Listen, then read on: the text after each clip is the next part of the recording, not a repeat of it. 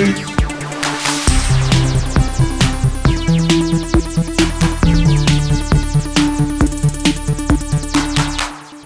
what's up, everybody? Welcome to GameFace, episode 337 on Sifted Games at Sifted.net. I'm Shane Satterfield, your host for the next couple hours of intense game discussion. And alongside me are my co-hosts, Matt and Luna. Kyle. What's going on, Matt? Tail. There she is. Our little mascot, Luna. How's your week been, Matt? Pretty quiet. Yeah? Yeah, well, other than the wind yesterday. Yeah. It's nice. People have been asking us this, but the weather's nice again in LA. It's actually sunny. Yeah, and very nice. It's not going to rain for a long time. I think we're back, Matt. Yeah, I think we're supposed to be good for a while. I hope so. Yeah. It'd be nice to get some good weather consistently for a while here. It was the wettest stretch of time in Los Angeles since like the 80s or 70s or something. Like it's insane. Like once in a generation stuff. Yeah. Until next and year. I lived through it. Now we wait for the snow to melt and Central Valley to flood. For the whole basin to just flood. Yeah. There's like lakes coming back that we drained in the 50s. Like it's like we don't know what to do. Yeah, it's really crazy. So. Yep. Hope you guys are having a good week so far. Hope you guys have had a great week so far. I'm sure a lot of you guys have been plowing through Resident Evil 4 Remake since we last met with you guys and talked about that in depth. Been a little bit of a slow week for game releases. We got a couple we're going to talk with you guys about today. But there's been big stories dropping this week. Anything be a slow week after Resident Evil 4, though. Yeah. After the letdown. No, even if there were really good games, it would be a disappointment after playing RE4 Remake. But there have been some big stories breaking this week, and we're going to cover all those today. A little surprised you didn't include the Sonic Adventure murder mystery game. Oh, we do. We did? It's in there? Yeah, it's in here. I don't see it. Well, you'll see where it ends up in the rundown. It's not separate. It's inside another topic. So anyway, I see where that is. Yeah. So anyway, it was a little slow for game releases, but there's lots of big stories that went down this week, some of which are near and dear to Matt and I's hearts. So I think it's going to be a good show for you guys today. A couple things before we get going. Pactor Factor. I know last week I was like, okay, get ready. We're going to put up questions for Pactor Factor. Look at our tab on YouTube. Well, as it turns out, Pactor decided to take an impromptu vacation to Hawaii. and he literally was just like, no, me and my wife and the kids were just going to go. All right. It's a good deal if you can get it. Exactly. I was like, totally cool, man. I'm like, go have fun, enjoy your vacation. So man anyway, no longer has a party to plan. So. Yeah. Look, Pactor has done so many awesome things for Sifted. Like, he can do whatever the hell he wants, and I don't care. But the truth is, there's going to be like a week and a half here where there's not a lot of Pactor Factor going through our channels. Just bear with us. Keep in mind, Pactor does do us a solid by doing the show here on Sifted. He doesn't have to do it. And in fact, at his age, he's probably to the point where he doesn't really want to do it anymore. So he does do us a solid, and he does us lots of favors to keep sharing his opinions with us. So let's cut him a little bit of slack, let him have a nice vacation, and we'll talk to him when he gets back.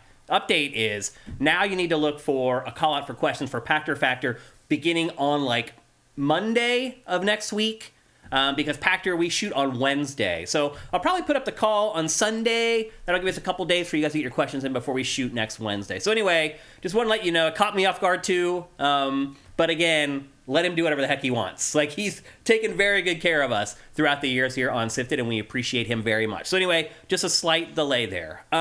Housekeeping, there's plenty of that again this week. Lots of little stories that are not worthy of full topics on GameFace that we're going to discuss. The first being that The Last of Us Part 1 for PC is a disaster, Matt. Like, a disaster. Why do you think this happened? I don't know. It happens for a lot of the Sony PC ports. Yeah, Iron Galaxy is the studio behind the PC port of this game. That's not what I heard. Oh, really? I heard this was internal.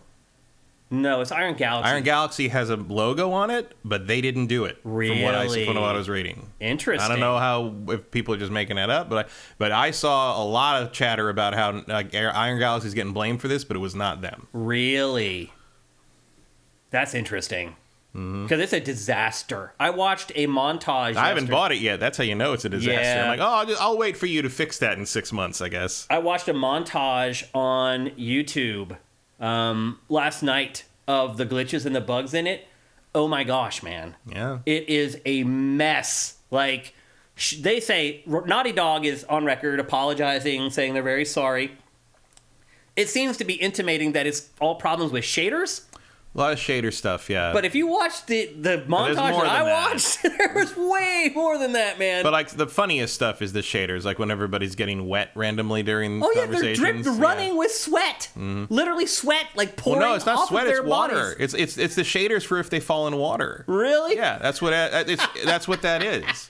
It looks like they're sweating, like they ran a marathon. Well, it's a very intense scene. Yeah. But like no, that's the shader for if a character gets in water, and like it's like pouring off their chins, or when Joel turns black, like that's an alpha channel problem. And like that happens all the time in like game development. Like that's one of the fastest fixed bugs in any game, by the way, from what my developer friend. Like, can we not have the character be in blackface immediately, please? Well, I also saw Joel, whose head had completely disappeared. That was funny, and his eyeballs are just floating in midair, and his mouth. His eyeballs and his mouth are just floating in midair. Like, well, they're separate. They're separate objects. So. It's so bad. I can't believe that they would release it in this state. Yeah, it feels like you could get away with delaying this one. Yes. It's not like but maybe it's they not really... like people are counting down the release date to the PC version. Maybe they of were The Last really of Us. locked into the right after the show ended date or something. But it's like I can't imagine there's that many people that were that couldn't have waited another month or two. It's like if Naughty Dog tells me that they're delaying something because it's not up to their standards, I'm okay with that. I trust Naughty Dog. When it says something is up to their standards or not, I believe them. Let it delay it. No one's going to care. Everyone's going to be like, that's what you should do, Naughty Dog. That's how your games are. When they come out. It's probably not Naughty Dog's call. It's Sony's call. Well, also, Iron Galaxy for sure worked on the Uncharted collection or something. They did Uncharted and they did Horizon. And that also had issues. They were problems, too. Yeah. So, again, all I know is what's reported. And reportedly, this was Iron Galaxy's game. That is not what I have seen from anything. Like, Naughty Dog worked on this. This is a whole... There's the reason Naughty Dog apologized and not Iron Galaxy. Interesting. Iron Galaxy is probably in there because they did a lot of groundwork in terms of porting from the platform, but it sounds like this was at least partially internal. Yeah. And again... You're still dealing with people that don't have experience porting to PC.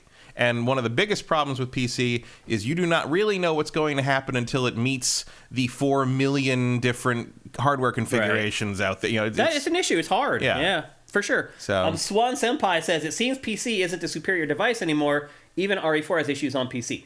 I mean, was it...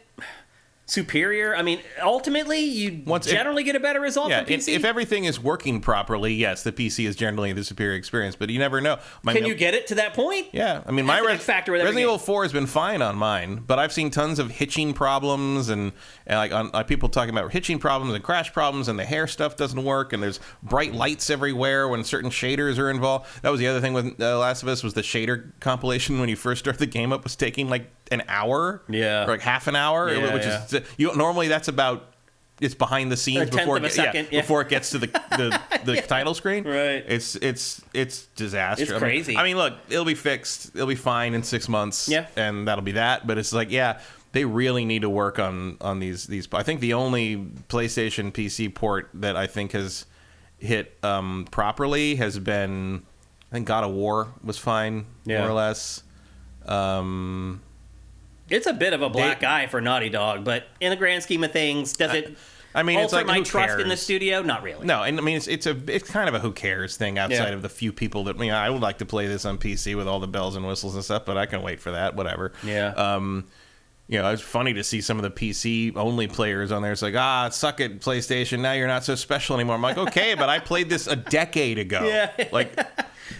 Some stuff though, like the widescreen support, some of that stuff is pretty cool. So hopefully they get it to a good place and everybody on PC can enjoy Bunko it. does note that Iron Galaxy also did the PC port of Arkham Knight. Oh wow! I mean, I was surprised that they brought them in for like Horizon and those things when Iron Galaxy's track record, whether or not they had anything to do with this particular port, not stellar. Great. Yeah, it's an odd choice. It'll be interesting to see who ultimately does take the blame for this and whether it hurts Iron Galaxy's business of being essentially a port house. Yeah, they're no Blue Point. That's a good way to put it. Yep.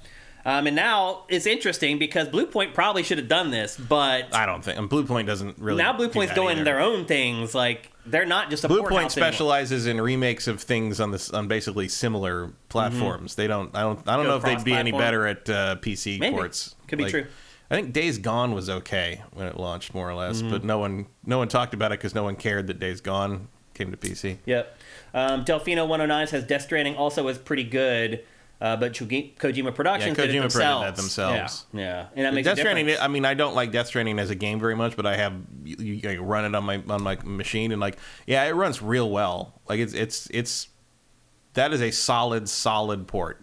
Yeah. Obi-Wan 9000 says, I have zero sympathy. Sony and Naughty Dog are multi-million-dollar companies that can afford testing and quality assurance. They can. That's true. They rushed it because of the attention the TV show is getting. You're probably right about that as well. Yep. I mean, that's the only reason I can think to not delay this. Yeah.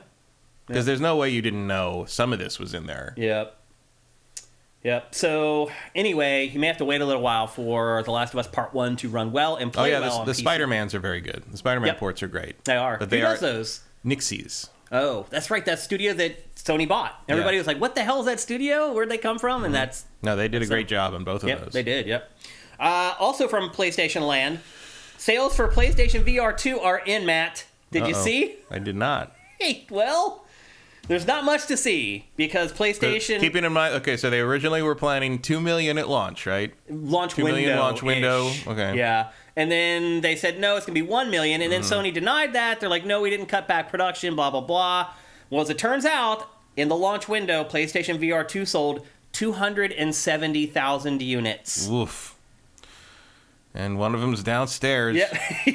Yes. One sold just Matt, Sparrowdoll says. An absolute waste of fucking money. Yeah. Obi-Wan 9000, PSVR 2 bombed. It did bomb. I mean, even being nice, it bombed. And I was only looking forward to 2 games, and one of them sucked anyway. Right. I'm so annoyed. I'm so annoyed at Switchback. What's going to happen? It's going to sit on my counter for the next 6 months until I remember it's there, and then I move it into a closet and don't think about it again until you bring it up a year from now about like, oh, let's check in on the PSVR 2, and after 1 year, I'm like, all right, that's still in my closet, and that'll be the end of it. I didn't mean you, Matt. I meant like, what's PlayStation going to do? Oh, I don't care. Yeah. I mean, people care, though. I mean, there's still some people who might be interested in this. It's going to disappear, and they'll never mention it again, and that'll be that. Like, when do you think they'll give up? Like a year from now. Yeah? Just quietly stop talking about it. You think they'll go through one holiday season and they'll see if it gets Well, they're never making another run. I'll bet you that. Yeah. Like, those 2 million units are it. Like, that's it. Like, so, ugh. How does a company as successful as PlayStation... If they really want to do this, they could pivot and officially support PC. Mm-hmm. That would be the salvage move. I'd agree. And do it as quickly as you possibly can. Yes, because you would sell these for PC. Like, these are good headsets. For $500 For the amount of money you get, and like, they're all self-contained, no camera, no nothing, and those controllers are great. Like, the problem it's a great piece of hardware, yeah. But you need to, I mean, I don't even know if that's possible. Like, what do you do about the software? Because you'd have to port everything over to PC. Well, I think this is too much of an emergency thing. Like, do you think you just make it work with existing VR games on PC? Yeah, it's literally just, please get these out of our distribution warehouses. Yeah. Like, that's all it would be. It'd be literally clearing the shelves. Like, give it PC support, let it play. You don't even worry. I mean, because part of the point of this is to, like, make it work as like a way to reason to have PlayStation 5, right? Because it has good VR. But it's like, that's not working. So in this case, maybe just like say, okay, here's a great headset for a reasonable price that you can use on anything. Go. And do you keep developing your games internally? Probably not. No? Unless you want to make them on PC as well. Like, I mean, there's a realm where that works. But just knowing Sony and the PlayStation division, it feels like once you hit a point where like, oh, so to make this even remotely successful or worthwhile, we have to also support it as a PC device. I feel like as soon as you're no longer in direct support of PlayStation itself only, you are less valuable to the PlayStation division. Yeah. So I don't know if they would be willing to do that as a long-term thing. I'm thinking of doing that as like literally just a way to get these things out of your house. Yeah. You know? Like to have another reason for people to buy it, because clearly people aren't interested in buying it for their PS5. Yeah. So maybe if you can kind of wiggle into that PC market a little bit, because there's definitely interest because people are already working on cracking it. I've seen more people say they'd be interested in having this for a PC headset than for who want to buy it for PlayStation owners who are excited to get it. Yeah. Exactly. Anecdotally, same thing. Also, because it opens up this giant VR library on PC I mean, I would love to play some of the VR games I have already with that headset. I think the problem, though, that kind of... There's got to be some weird compatibility issues. Is that I believe PlayStation is selling PlayStation VR 2 at a huge loss. That could be, yeah. And so PlayStation may not be interested in even selling the units at a huge loss if they're not going to recoup money off of software sales. Well, at a certain point, you have to... cut your losses. You have to admit reality. Yeah. And it's like, well, you're not going to sell these anyway. Why do you think that everybody knew that this was going to happen but PlayStation? I think they did, more or less, but there's a point where you hit the sunk cost fallacy, and like you've thrown so much R&D money and so much work into this thing, it has to come out. Like, you have to show why you spent all that budget. You have to try. I mean, the other option, I guess, is to cut it all down and write it down as a loss. But Sony doesn't do that very typically often. Not. Yeah. So yeah, I think at a certain point it was just inertia, and I think maybe they realize. I think if this had been the first PlayStation VR, as in like the first one never came out, and this was their first step into VR, it would have been more successful because you would have had more concentrated software behind it. You would have had an amazing hardware thing to make their first impression. But we all got burned on PSVR 1. Me too. I mean, my experience with PlayStation VR 1 pretty much ensured that there was no way I was going to buy PlayStation VR 2. I mean, same, except... we're in a weird situation. If we weren't doing this show, I would never touch that thing. Yeah. And apparently a lot of people agree with you. So it is not looking pretty, people. I mean, I'm sure we'll keep seeing little PSVR things pop up in their state of plays periodically for the next year, but like... Price drop?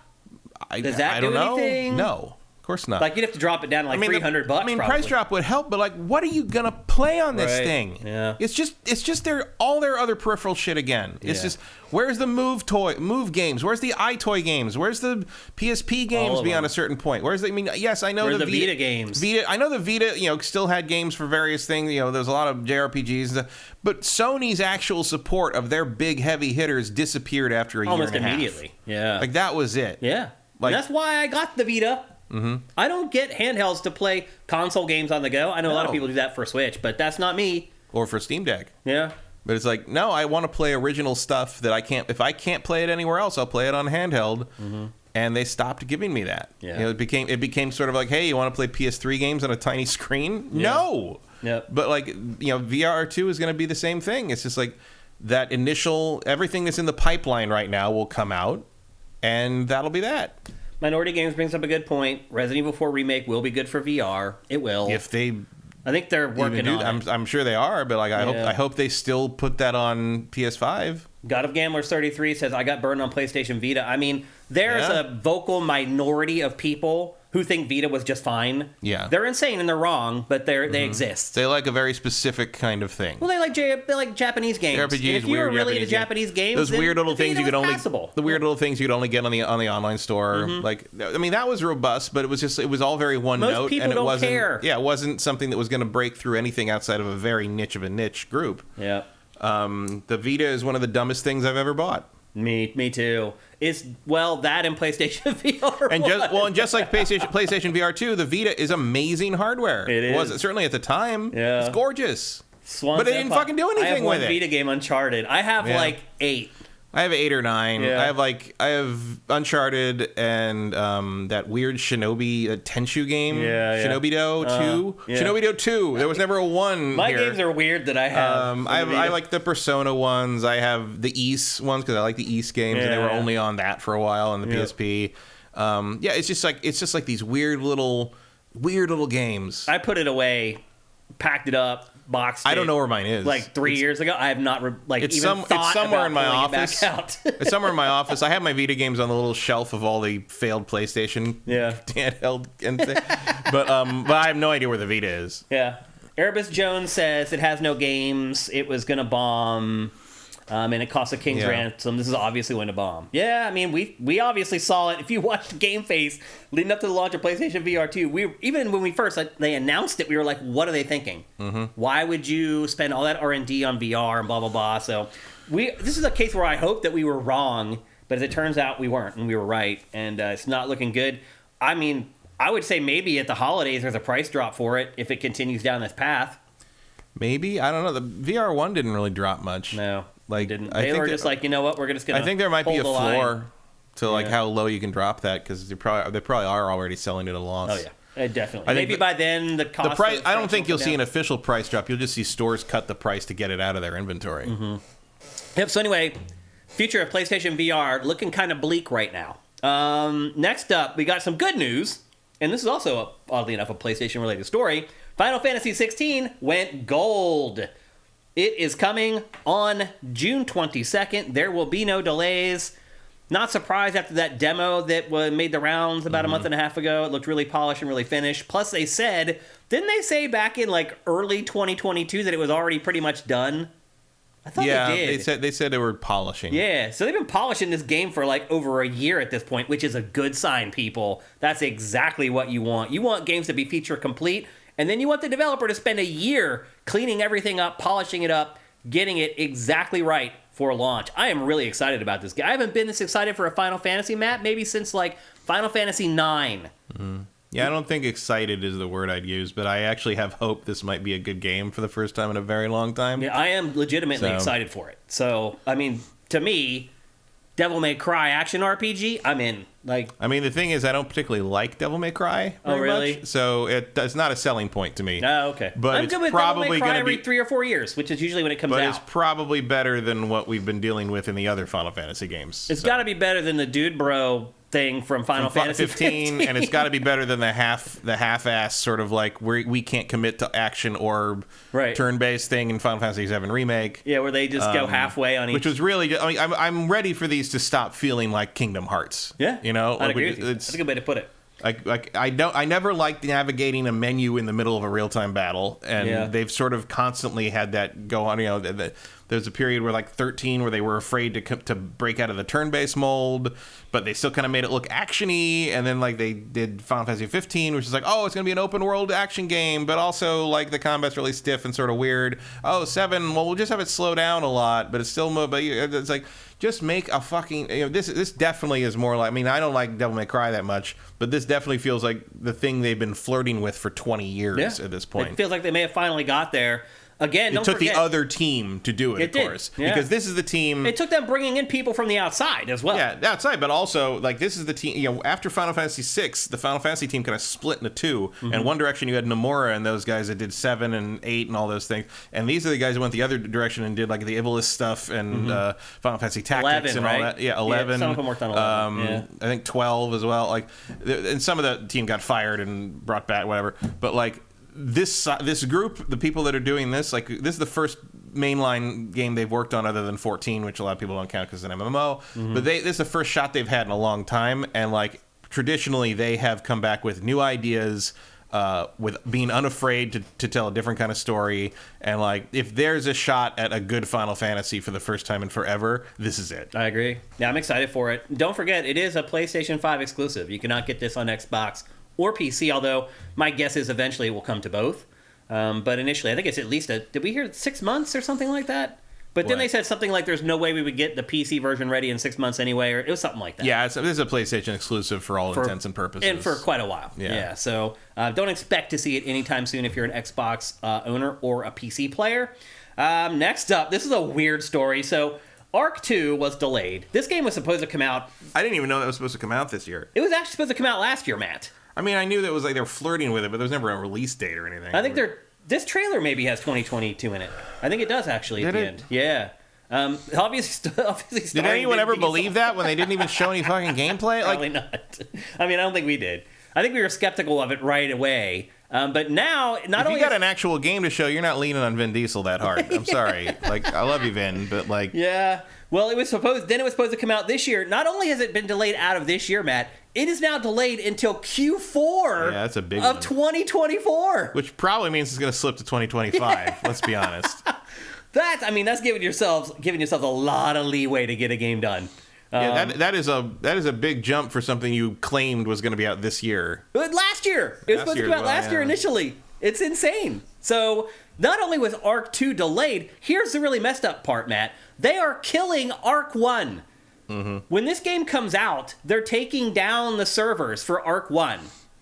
And they're going to make you rebuy ARK 1 with this new remastered version of ARK 1 for $45. Yeah, the originally I think that was supposed to be free. Yeah. Like a free upgrade to people who already own the game. Now, $45 for the remastered version of the first ARK. It sucks. It also sucks because like a lot of kids play this game too, and they can't necessarily afford that unless their parents like do it for them. I mean, it's just crazy to take the game down. Just leave it up.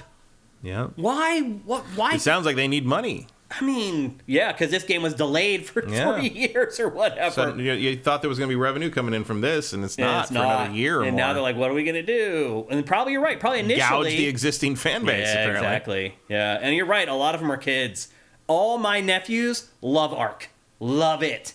And I'm like, I really have problems like getting it going like the first. They have no problems at all. They just chop that tree down, no problem. They're like, what are you talking about? I'm like, I don't know. I thought it was weird and hard to like get over the hump with. Not kids, man. They figured it out right away. It's amazing the stuff that some of my nephews have built in ARK. I loaded up a bunch of old Apple IIe games last week, and there was things where I'm like, I used to these games I used to play as a kid for hours and hours, and I used to be like walk through them with like no hits. And I'm like, what am I supposed to do? Like I don't know how I figured that out. There was no internet, there was no instruction manual. It just came on a disc, and like my cousin gave me, and I'm like, I don't know what this is. Let's see what it is. And I'm like, I don't know how kids do that. We did it too, but now I do not have the patience for that. I think because I know that life is finite. Yeah. When you don't know that you're going to die one day, it's easy to sit there and just play the same Conan level over and over again. Bunk Go says gameplay is you hit big rocks into little rocks. Yeah, that's pretty much it. That's pretty much how it works. Kids love it though for whatever reason. Nothing in ARK is as cool as this scene. No, like, none of this. Nothing. Happened. Yeah, I mean, this trailer is like it's for a game I've never seen before. Basically, no. I'd love to play it, but it sure is an ARK 2. I agree with you for sure. Barry Lomax says, one of my friends loves the first ARK. This series is the king of delaying stuff. Yeah, it does tend to delay like it's DLC. It never really gets stuff out on time, unfortunately. So yeah, if you're looking forward to ARK 2, you have a long, long wait before you're finally going to get a chance to check it out. Playing it is just like, oh my god, nothing in this whole thing. None of it makes sense. None of it feels good to play. It makes Warframe feel weighty. Yeah, and if you want to keep playing the first ARK, you're going to have to pay for it again. Like... I mean, you're totally right. That's why. Like, they need money. They need revenue. I mean, at least they've been giving the game. I mean, you could get that game for like $3 on a couple of sales. Yeah, wasn't it on PlayStation Plus 1 month too? Yeah, maybe and like, Xbox, I mean, every sale that the base game goes down to like $5 with like an expansion included or something. It's like. It's not like people are paying huge money for it. But a lot of people, when it first came out, did pay full price. Yeah, it was a full price game back. But when did that come out? Wasn't that like 10 years old or something? Yeah, it's almost like a decade old. It's old. So you're right. It was a long time ago they paid that money, but they still paid the money. And we just got all over Nintendo, or have been getting all over Nintendo for making us rebuy the same games over and over again. So I want to be an equal opportunity critic here and hold everyone to the same standard if I can. It's not always feasible to do that. The more problem, I think, and from what I've seen of people reacting to it, is not even that they're going to charge for the remaster. It's that they said they weren't going to charge for the remaster, and now they are. Yeah. Like, there was going to be a free upgrade, not anymore. Or at least a lot of the fans seem to think it was. I don't know if that was announced, but like, and now it's like, no, we want $45 out of you because we need a revenue stream like yesterday. Yeah. So it's not great. It's a shame. A couple more things before we get going into the show proper. Xbox filed a controller patent, or they've discovered an Xbox controller patent this week, where the controller includes a touch screen that will let you access social media and your saves.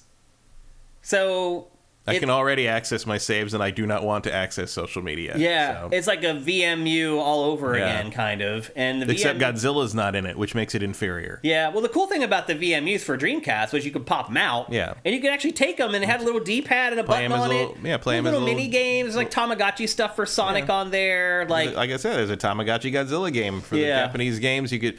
There was like Phantasy Star Online had some things. None of them were any good, but it was like they tried. Yeah. So anyway, they all still work. I give them credit for that. Like all my old ones still work if you replace the battery. Yeah. Is this a good idea, Matt? Is this where controllers need to go? I remember those things already cost like $100. Like I don't need paying for a touch screen. I can't remember if it was the Switch or the PlayStation 5. There was like a fake mock-up video making the rounds. And the controller had a screen on it. That was a PS5. PS5, like an early PS5 controller. And I remember when I saw that, I was like, that's kind of cool. But in the context of this, it doesn't sound very cool. It's just, I think even at the time I said, it's just another thing to break.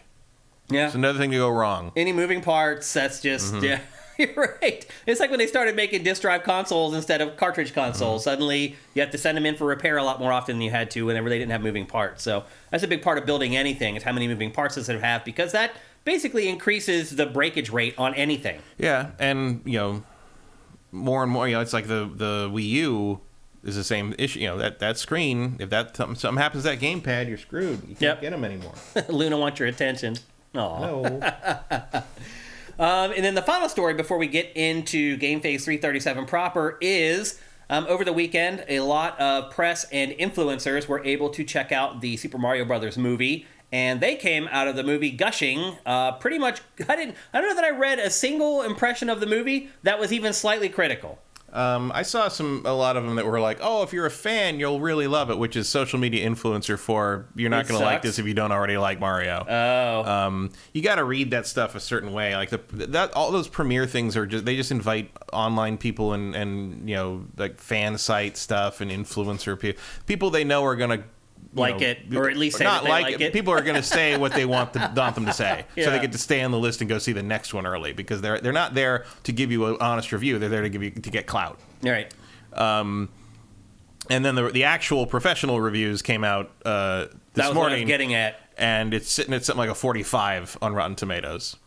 Whoops. I'll say that like a lot of the professional critics have their opinions about Illuminations, the animation studio that did this, that do the Minions and Despicable Me and Sing and all that. They generally don't give them the benefit of the doubt. Yeah, they're not. I mean, look, they aren't particularly great movies with a whole lot to say. Mm-hmm. And if your job is to watch movies and tell people what you think of them, I can understand why you'd come out of some of those movies and just be like, "Yep, that was a movie." Yeah, that's about it. But like, I 45. I guess Very Gooster is saying it's jumped up to 54%, which is still not great. And look, it's Mario. It's probably pretty bulletproof. I think I have predicted for a long time this movie will make $1 billion, and I think it still will. Because nobody has to like it. Kids just have to want to see it over and over again. And if there's one thing kids do want to do over and over again, it's see Illumination movies. Yeah. The Minions movies did well. Despicable Me 3 did well. Sing did obscenely well. And that's just a bunch of animals singing for an hour and a half. Kids love that stuff, though. Oh, yeah. Like, have you ever seen Trolls World Tour? I know. It's incredibly not... I'm sure it's terrible. Incredibly not amazing, but, like, I have friends who their kids have watched that movie, no joke, 100-something times. Wow. Like, kids just... I used to do that, kids too. like Barney, so... But yeah, kids find whatever they find and they watch it over and over again. As like, I did it too. So when I was a kid. I wore out 2 tapes of The Mouse and His Child when I was 2 and 3 years old. And if you go back and watch The Mouse and His Child, which is one of those old weird dark 70s animated movies, you're like, if your 2-year-old is watching that over and over again, you should be worried. Like Watership Down. Yeah, it's a similar thing. I can't believe Ricky Tikki Tavi. Hugo the Hippo. Yeah. You want to see Charlotte's Web. You want to see? Well, Charlotte's Web is a little less, but there's dark moments.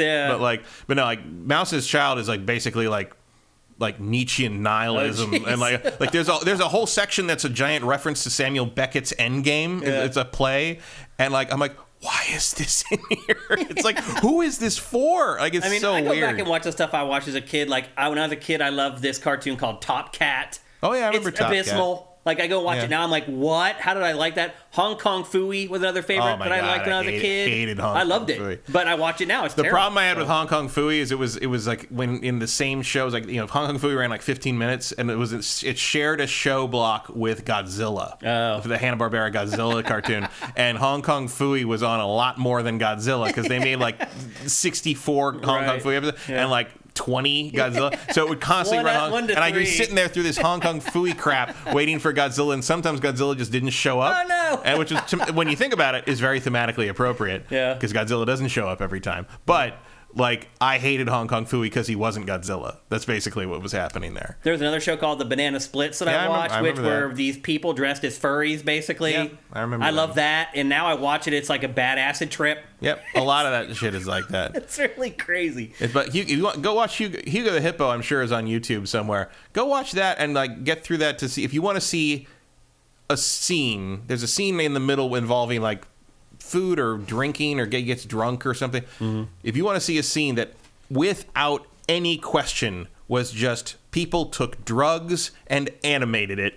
Hugo the Hippo. Okay, check it out. So anyway, I'll say this, like, I'm probably going to go see the Mario Brothers movie because I feel like we need to talk about it in next week's show. But after these reviews, if I didn't have to go see it, I probably wouldn't go see it, Matt. I'm gonna see it. I mean, I've just said I'm gonna, because I need to talk about it on the show. But if I didn't have to talk about it on the show after these reviews, I probably wouldn't go see it, man. I'm still gonna see it. I would still see it anyway, just because I guess I don't really expect it to be amazing, but like I did until 2 hours ago. I've seen the trailers. I mean, I've seen the trailers, and like I want to see those worlds realized on the big screen. Yeah, I want to see that on a big screen because that animation's gorgeous. I agree. It's probably not a good movie. Yeah, but it's fun. And I really thought it was going to be the one consistent. Also, the one consistent thing through all of it is that Jack Black is amazing as Bowser. Yeah. I'm sure there'll be enough in there to if you know the property. I mean, a lot of the critics are coming at this from like I don't know. I don't even know what Mario is. I've maybe heard of Super Mario Brothers once. Yeah. Maybe I had to sit through they're just evaluating. Maybe I had to sit through the Bob Hoskins movie 30 years ago. Yeah. So there'll be a little more to it than that. But it's just like, whatever. Yeah. It'll be fine, and it's not going to affect its income probably. Black Sierra says it's a stupid movie. The question is it entertaining? I guess you're right. Mm-hmm. Minority Games asked if we can do a spoiled for it. Maybe. If there's anything after we watch it, we'll decide whether we're going to do a spoiled for it because it may not be worth it. So yeah, a very Gooser is asking, is that a Sid and Marty Krofft thing? It was. The Banana Splits was Sid and Marty Krofft. Mm-hmm. Yep. When I said bad acid trip, that probably cued your memory to Sid and Marty Krofft. So anyway, it's looking like the Super Mario Brothers movie. It launches tomorrow, by the way, for everybody. So you can go see it starting tomorrow night. Or you can see it tonight at midnight. Right. If you want to do that. I would definitely not do that now after seeing the real critics reviews. But anyway, it does start tomorrow evening. Pretty much. Is it worldwide tomorrow? I think so. Yeah. So you'll be able to check it out. In fact, if you're watching the archive of this, you can go watch it tonight. Yeah. The D&D movie has a weird... Like, the D&D movie's coming out a month later at some places around the world. But yeah, I think Mario's universal. Worldwide, yep. So there you go. That's it for today's housekeeping. Before we get going, I want to remind you that we are supported 100% by Patreon. If we don't make any money on Patreon, we don't make any money. So if you can, please head to patreon.com/sifted. That's SIFTD without the E. And give us a pledge. If you pledge just $4 a month, you get all our content early. $2 a month gets you Pactor Factor a week early. I think at this point we're the lowest major gaming Patreon. I don't think anyone's still at $4. So we'd appreciate any help you can give us. And with that, we can thank people who are giving us help. No. Which is our sponsor, LS Cream. Luna. LS Cream is a fine cream liqueur created by fellow gamer and sifter Stevens Charles. It's inspired by an ancestral recipe from Haiti called Cray Mass, and a double gold winner for its original taste at the New York Wine and Spirit International Competition. LS Cream can be enjoyed on the rocks or as a mixer for drinks with its rich blend of fresh cream and neutral grain spirits with notes of coconut, vanilla, cinnamon, and nutmeg. It's great in coffee or to make espresso martinis. To learn more, discover amazing drink recipes, or to track down your own bottle using a handy store locator, head to creamls.com. That's creamls.com.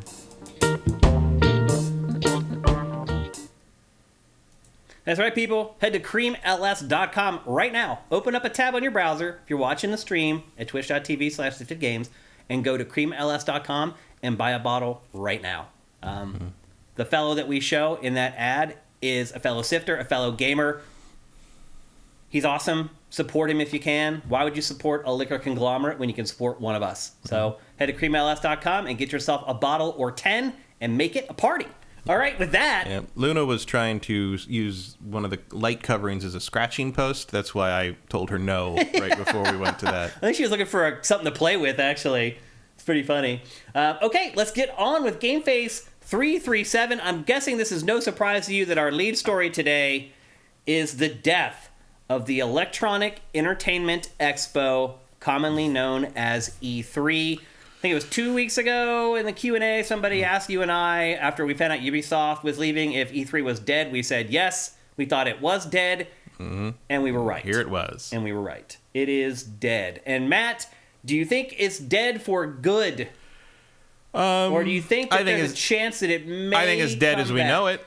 Like, I'm sure, the ESA claims it's not dead, only sleeping, basically. But, like, if they bring it back, it'll be a completely different thing. Yeah. It'll be a weak-ass PAX clone or something. My big question... Okay, well, maybe we should share the details first of what actually happened. So, like last week, Ubisoft said it was not going to be on the show floor, but however, it was going to do an E3 press conference around the same time. E3 around the same... We were still going to put out our thing we've already produced, basically. Like, we'll still put that up on YouTube for y'all. And then... this is after already we knew Xbox wasn't going to be on the floor. We knew Sony wasn't going to be on the floor. I can smell it just watching that B-roll. Yeah.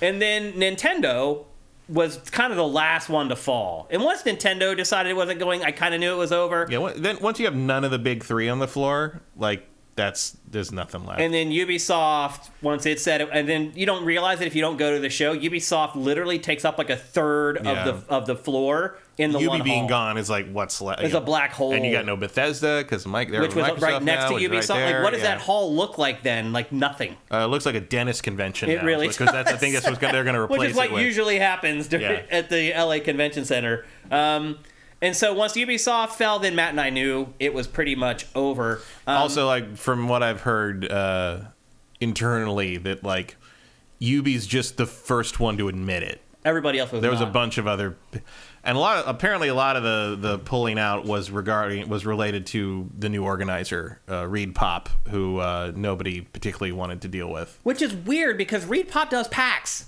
Yeah, and it's like great. Every time I've been to PAX, I've had a great time. Right, but you've never had to work it.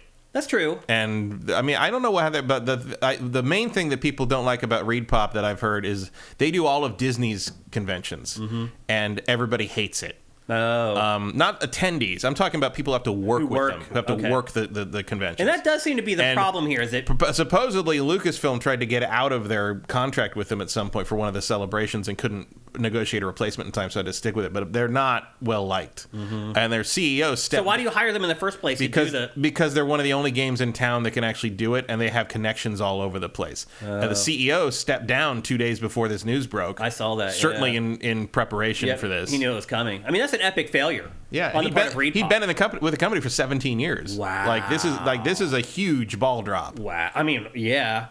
I mean, it's about as big of a ball drop as you could have. Yep. I mean, it's mind-boggling to me, Matt, that we can have things like PAX here in the U.S., but we can also have things like Gamescom over in Germany that are just gigantic. Gamescom was built as a public event from the beginning. But that's the difference. Why don't they just pivot to that for E3? You're expecting some kind of agility out of the ESA?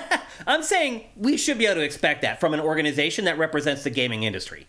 They should be nimble enough to be able to be like, hey, look at this thing over in Europe that's doing gangbusters, literally destroying E3 as far as attendance and things are concerned. You should be able to emulate that in the United States. There's no reason why you can't emulate that. I think the key reason why is because you don't need to, because Gamescom exists. Because the thing is, but you have to go to Europe. That's a long ways. A lot of money. Who cares? Like, I mean, I'm not saying I care about going to Europe. I'm saying you're not going to. Fuck it. Who cares? Like, everything that happens at Gamescom we hear about because everything is global now. There's no reason to do two of those in the world. Period. To have them that close together, I probably would agree with. Like, maybe you need E3 in like March or something, and then you do. But then you're bumping up against GDC. Gamescom at like the end of the year. But no one cares about GDC, Matt. Developers do, and they have to be at both of them. But if they're doing stuff for GDC, that code or whatever they do for GDC can go to E3. And then that pushes your demo development time for E3 into the fall and Christmas era. By the way, this footage doesn't work. This footage is E3 2015 that we're seeing right now. Yeah. This was when it was still in its glory. Well. I think it was starting to everybody was still there. Xbox was still there. Yeah, but you're starting to see the roll downhill at this point. Like, people are starting to question why they were here anymore. And then after that, everything went to hell. But you were definitely over the hill. This is 2017 we're seeing now. I couldn't find 2016. I don't know if I lost a file or what. This looks. I wanted to go chronologically through them all, but This looks way more sparse, but it might have just been the time you were there. That I'm getting there, yeah. That's what it all depends on, what time you're walking in. And generally, I do get there really early for E3, just to kind of get in there before the crowds start mobbing. So to me, I can't understand why, if you can do a show like Gamescom in Europe, you can't do it in the U.S. I agree. You probably need to adjust the schedules a little bit. It's the thing. They're it's not like stepping on each other. They already as much. do, though. That's the thing. It's like there's San Diego Comic-Con, there's LA Comic-Con, there's the PAXs. There's like this niche is filled, and E3 has never and will never be able to do it as well as those other things that have been built from the ground up to do that, because you're always going to have to put some kind of corporate interest first. And one of the appeals of E3 has always been how open everything is and how everything's shown for the first time and the access you might get. But that happened because the public wasn't allowed in. I see a lot of, and that's what I. What made E3 cannot be transposed to a public event. That's what I want to bring up. Actually, is I've seen a lot of people celebrating the death of E3 on social media and places like that. Why? Why would people celebrate it? Is it because E3 was always like a gatekeeper thing where people couldn't get in and it was like exclusive and press and industry only? Do you think that there's like a negative sentiment among general players that they're just like F E3 because they won't let me in? No, most of the celebration I've seen are for people who don't have to go anymore. That's not my... I mean, all I saw was people crying about it being over on Facebook, like writing eulogies about it. I mean, people were like talking, but they're talking about an E3 that, basically stopped existing around the time you took that 2015 footage. Yeah. But still, I mean, that doesn't mean it can't be there, can't happen again.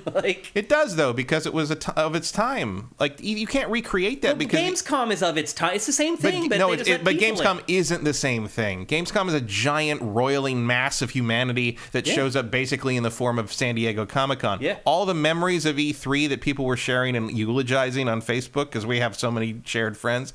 Those are all very individual moments at specific locations that almost nobody who's attending this in this shot would have been able to get into. I mean, I'll tell you how they can fix it. They could go to Vegas and put it in Vegas, where you have a bigger convention center, so you can do something like a Gamescom, have that many people in there, and you have the added bonus of, holy shit, we're in Vegas for 5 days, which is a blast, no matter when you go or what day of the week you're there. I would guarantee I would never go again. Well, you wouldn't, Matt, you didn't go when it was in LA, 20 minutes from your front door. You didn't even go on the floor like the last 2 years of E3. Yeah. Like, of course you're not going to go to fucking Vegas. Well, I did go. The people who are interested in going, they will be interested in going to Vegas and having fun for a few days while playing some awesome games.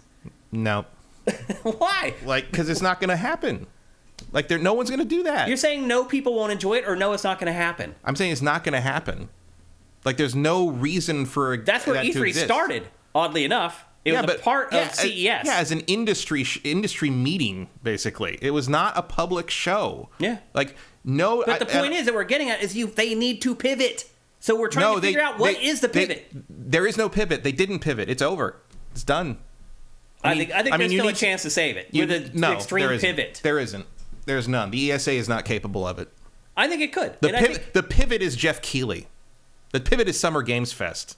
I hate it. I don't like Summer Games Fest. I don't disagree with you. But that's compared to E3, it sucks. I don't care what anyone says. Well, the idea is that it would grow into something comparable. Dude, remember last year, Summer Game Fest, they had like a garage for people to go play now games. They could have the convention center. No, they won't.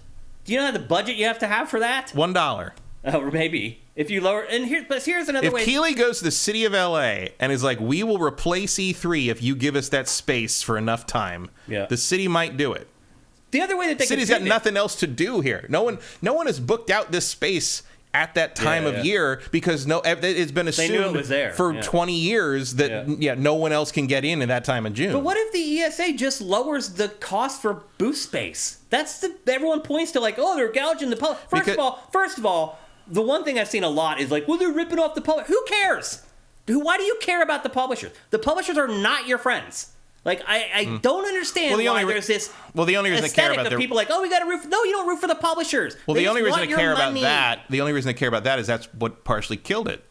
If they weren't trying to gouge the publishers, some of the publishers might still be there. No, but these people are on the rock, stumping for the publisher. Right. They're ripping off Nintendo. You cannot deny... But you cannot... They're ripping off Nintendo. Well, sure, but you cannot deny that the... being cheap asses. Dude, these companies make a couple $1 billion a year in profit, and they think $10 million is going to break the effing bank? That's a joke. Well, It's like a rounding error. But they realized over time, starting with, EA, I think...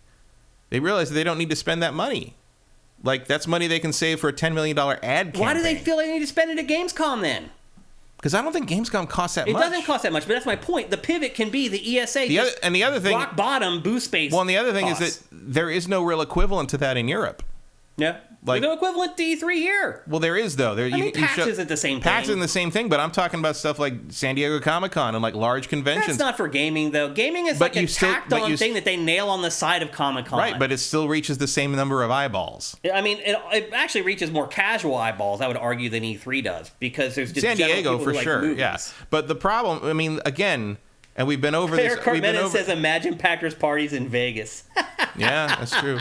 Holy moly! That would be bad. That would get messy. Things wouldn't happen the next day. I mean, don't forget, Matt, that was it the last one? And I'm not going to name names, but there was a person from the industry who got drunk and was sitting out on the window ledge, like basically threatening to kill himself. Yep.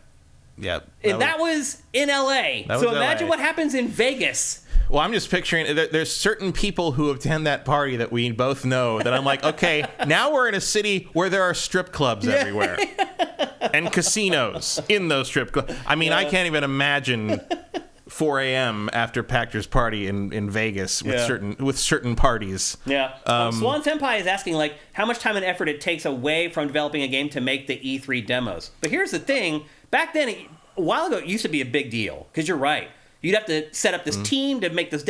But now, they still you're just making demos because that's what you do. You put demos up on the PlayStation Store. Some games do. Most of them do not.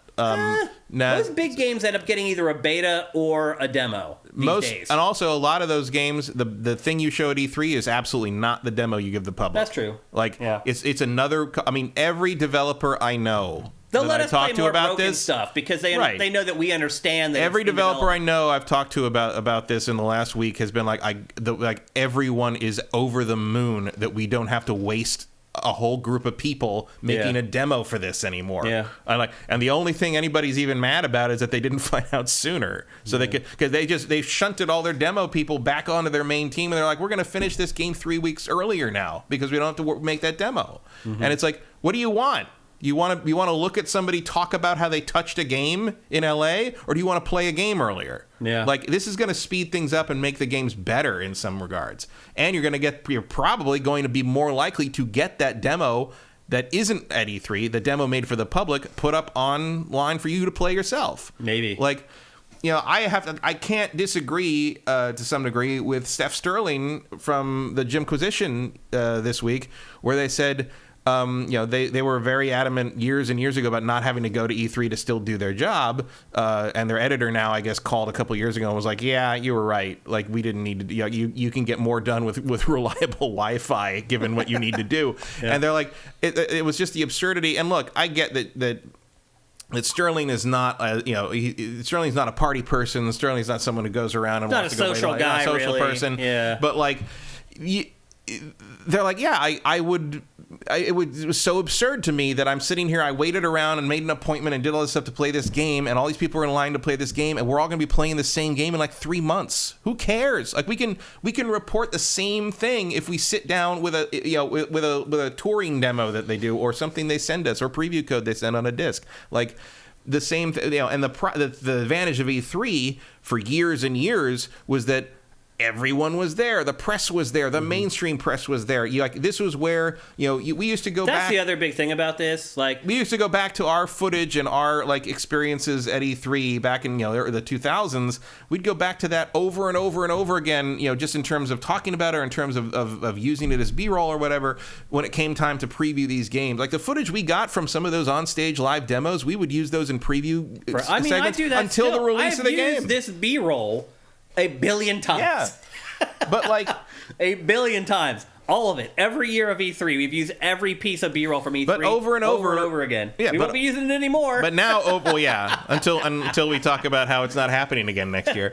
But over and over again, like, you see that, like, you get the same attention and same results from just putting stuff up like the Nintendo. I mean, Nintendo. I don't know that there's a way to really measure that, because you're just assuming that, like, it wouldn't grow more if they actually had E3. The industry's doing fine, I agree, but you don't know if it could be doing even better if they actually had the show. There's no way to know. In another world where the ESA is competent, I suppose that could have happened, but this was inevitable. The writing for this was on the wall when you were taking this footage. Yeah. And you didn't believe me, but I was like, this is going away eventually because it's not worth it. There's no way to cut through the noise. It was also different 15, 20 years ago when the industry was smaller and, not everything was happening all the time. Mm-hmm. And you could, there was a time when The Witcher was like this little thing somebody found in the corner of the BioWare booth. Yeah. And I was like, what is this? What is this random Polish man demoing this game I've never heard of with a weird name? And all of a sudden everyone's like talking about this Witcher thing. Like, that doesn't happen anymore. Yeah. Like, you can't find things like that anymore. Here's the other thing, too, is that, like, PAX,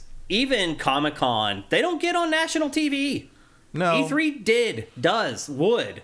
But increasingly, like, they realized it didn't matter. I mean, I certainly know a couple of the PR people, and I'm like, yeah, it didn't matter in the end because, yes, you get coverage from CNN, but nobody remembers that 6 months later when you're running your ads on the NFL game anyway. Like, it doesn't. Nobody.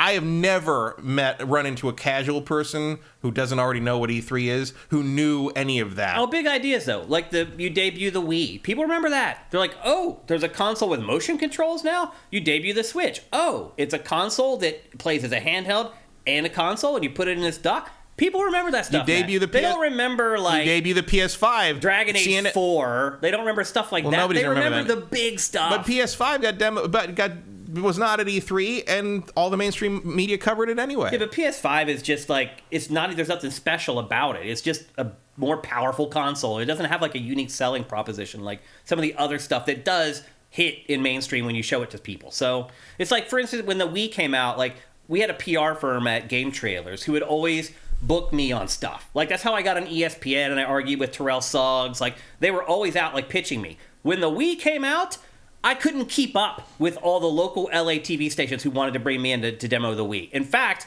Nintendo sent me a Wii before they sent it out to the rest of the press because I was like, look, I have 5 TV stations in LA that want to see this. And they're like, okay, we'll send you one. And it was so dumb.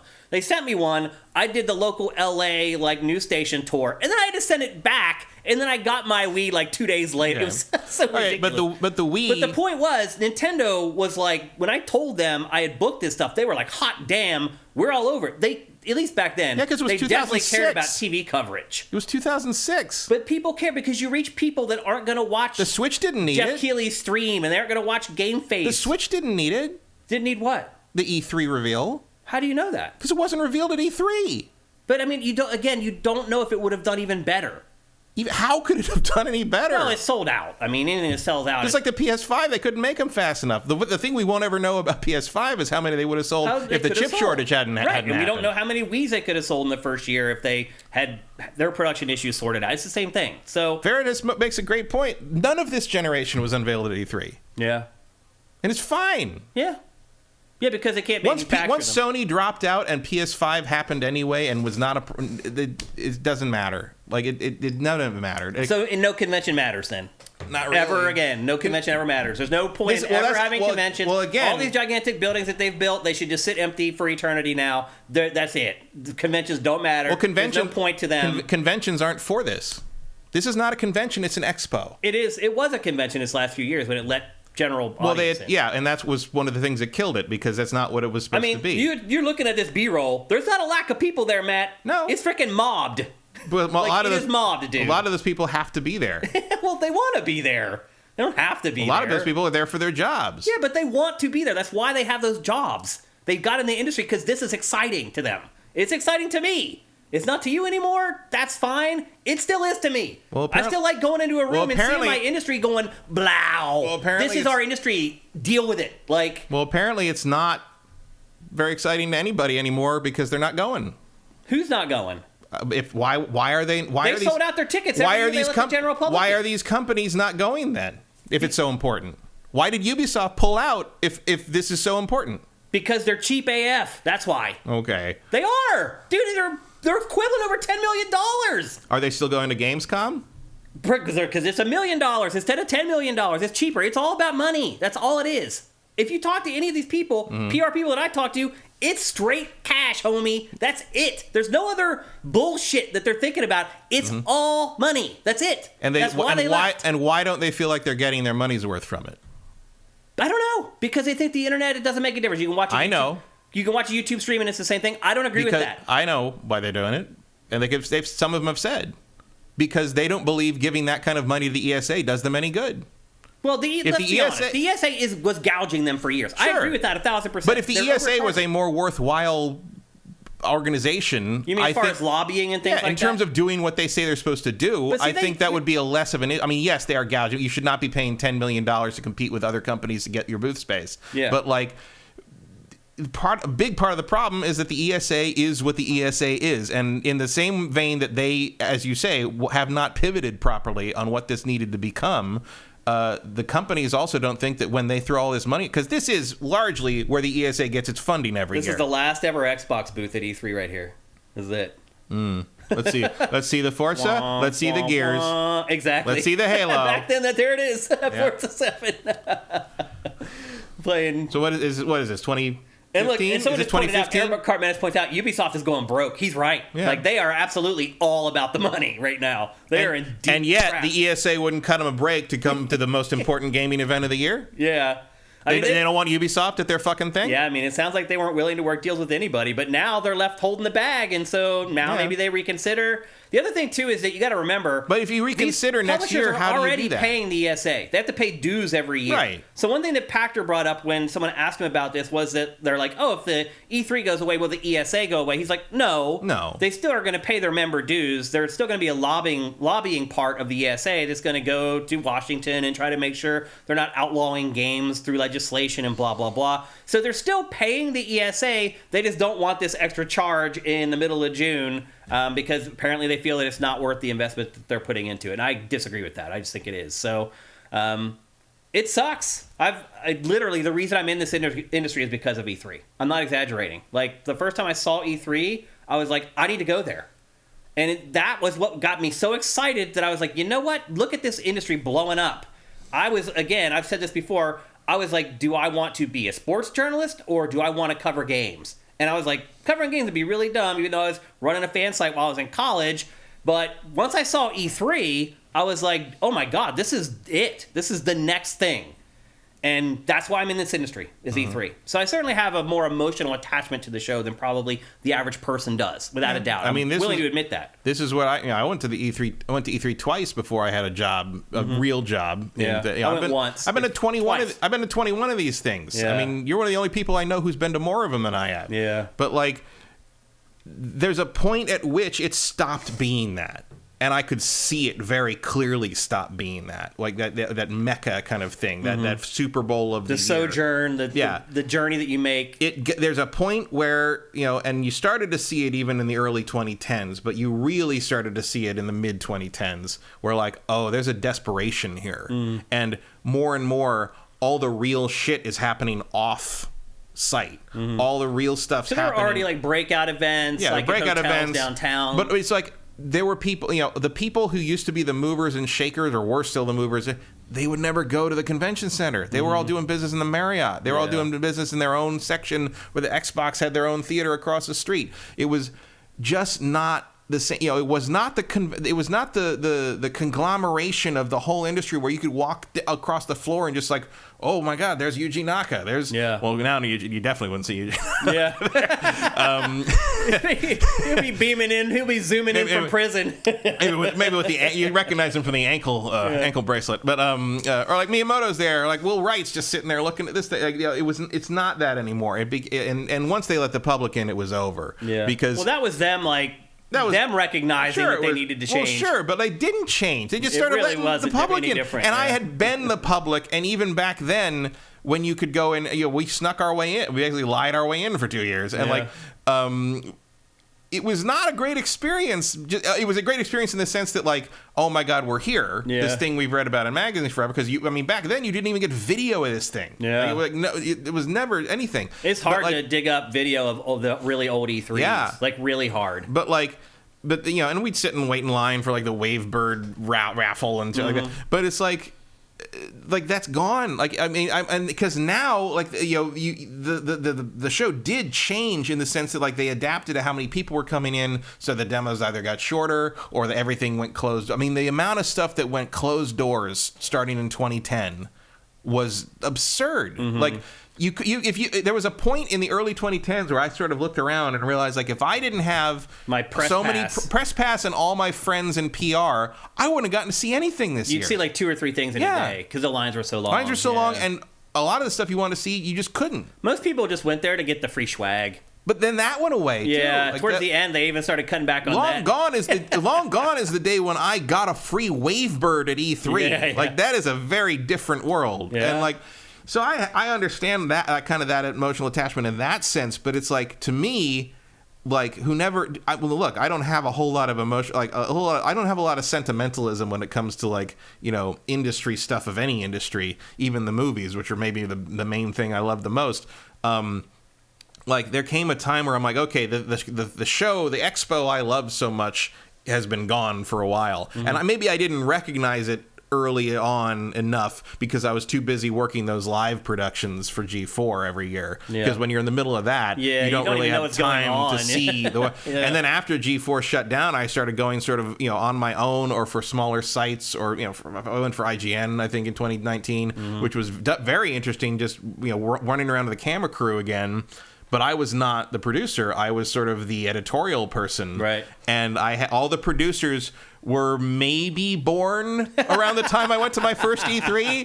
And they're like, well, I got to go to Nintendo. I'm like, oh, it's over there. And then Nintendo's over here. And they're like, you know where it is? Like, because they're all pulling their maps up. I'm like, yeah, it's always in the same. Like, so part of my job was like tour guide. I was like, okay, they're like, where's the booth for this? I'm like, come with me. Yeah, I know exactly. And I'm like, and at a certain point, where's the bathroom you can go where there will be nobody in the bathroom? Here's where you go up here. It's upstairs. And there's a point where I was like, can I just see the list of things, because we've crossed halls 3 times now, and I bet I can organize these so we don't need to keep going back and forth as many times.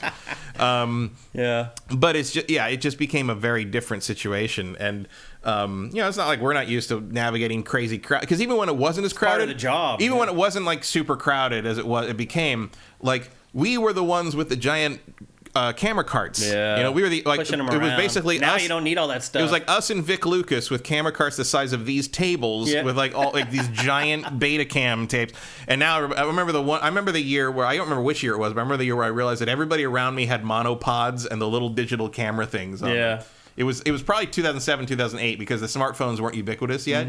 But all of a sudden I was like, everybody's got a camera. Because Game Trailers started shooting off screens. Yeah. And we would like rig up mics on the speakers, and we'd just shoot, like, they wouldn't give you B-roll of some games, we just shoot it off the screens. And once we started doing that and started doing big numbers, everybody started doing it. And that's when everybody that was the Metal Gear Solid 3 trailer. I remember that. Because they wouldn't give anybody to it, and so everybody competed to shoot it off the screen and get the best one. And I'm pretty sure Game Trailers got the best one. Yeah, we were pioneers at covering conventions too. Like, maybe it wasn't. Maybe it was 4. Yeah, I think it was 4. We figured everything out, man. Because you were still at G4 when 3 came out, because you reviewed it. I was. Yep. So all that was. I remember the competition to get actual tape. From Square, usually. Square wouldn't give websites their fucking B-roll. So They'd only give it to us and Vic Lucas because we were television, and they thought the resolution was better. And man, it drove IGN imagine that. crazy. Imagine that. Like, it drove IGN crazy. There was IGN hated that. Like, and there was a time when it's like it was like 480i, baby, like standard definition. You can't even get it, because that was when video was a postage stamp. Yeah. It took Game Trailers to change that. It did, honestly. Yeah. So it was always so weird to me that IGN didn't put more effort into. They could have gotten there first. Well, they did. They ended up poaching our people to try to catch up. But they could have done that first. That was their wheelhouse completely. They weren't. It was so weird. I don't want to get into that. No, that's a whole different. I might say some things I regret. It's a whole different story. But like, it was always so weird to me that Game Trailers got there first. I mean, not weird that like you figured it out, but it was like weird to me that like there were at least 3 other sites that could have done that first and just didn't. That had way more resources than us and everything. We just went for it, man. And that was to me. I mean, to me, that was one of the big frustrations near the end of G4, where there were so many different places, especially live streaming, where we could have pivoted and done something different, and just they wouldn't. And it kept making me think of back when no one would go for the expense of making the bigger resolution, the higher quality video, and Game Trailers did, and they blew up. Well, that's what kills you, though, is if you won't go with. So, for example, the reason Game Trailers eventually died was because we couldn't go on YouTube. Right. YouTube was the next paradigm shift. Viacom was suing YouTube. They're like, don't you dare do anything with YouTube, and it killed us. Yep. Like, so, you know, we rode a wave to go to prominence and to have a meteoric rise, but then ultimately the same things that we use to our advantage to beat the other guys 6 years earlier, 7 years earlier, with what killed us in the end. So it's just a cycle. And pretty much, and it's kind of the same things happening with the ESA here, where it's like they could have changed this to be a more digital-friendly convention. They could have changed this to be a actual convention that could work sort of like how BlizzCon does, where you can get a digital ticket and get some cool shit. Digitally, they get stuff. I mean, I know that's because they own the games, but you could work something like that. If you could work out Twitch drops, you can work out something like that for E3, Absolutely. right? Yep. There's a path there that could have figured out that doesn't involve packing the convention center more, but involves giving people a more special experience no matter where you are, but getting money from them, right? That's true. Don't charge. And again, don't be greedy. Don't take that to mean like, oh, we can charge the companies more for the booth space, because it's not like more people are going to walk through that booth. You're just getting people that want to have part of the digital experience. There's a way to do that. I don't see how you do that now as E3. The opportunity isn't there. The stink is on it now. I do think Keighley has an opportunity to sort of capitalize on this, but I have a hard time believing that this is just anecdotal, but just the relief I can feel coming off of my dev friends, even high level project lead dev friends, that they wouldn't have to maybe worry about this next year. To have they're beholden to the executives in the marketing. So if they decide that's what happens, that's what happens. But the idea that they would suddenly turn back around and said, "Oh, but you still have to make a demo for Jeff next year." They're gonna have to. I don't think any of that's gonna change. I think honestly, I think it will. I think it'll just be internal. I think most marketing departments are thrilled by the idea that they can choose their week, that you can get away from Nintendo or Sony or whoever, and you can control your presentation. I mean, that's why live press conferences went away so early anyway, is because it's much more preferable to A, not pay for the venue, B, have full control over everything we see and not worry about weird fuck-ups. You don't have to worry about being made fun of for the next 10 decades for giant enemy crab. Look, man, I wouldn't trade attack the weak point for I wouldn't massive trade damage. my third row center seat for E3 PlayStation's 2006 E3 press conference for anything. That's one of my favorite memories of working in the game industry, is sitting there watching the Ridge Racer, all that. That was mind shredding. It was surreal. I kept expecting to wake up in my bed and be like, oh, I gotta really go to E3 now, because that that never happened. PS3 debut was a big deal too. That was a big, it was just all fake, and all I knew the fake it was stuff, fake, and I had to argue with people who said it wasn't fake. And I was just like, all those are fake. Those videos are all effing fake, and people thought I was crazy. Yeah, I was not at that one. Yeah, because I was doing like actual production work somewhere else, because that was a big remote thing. So and people were calling me after it, and be like, "Oh my God, Killzone! It's amazing! It's real!" And I was like, "Is it?" Like they still can't make games that look that good. No, yeah, it's pretty funny to think about.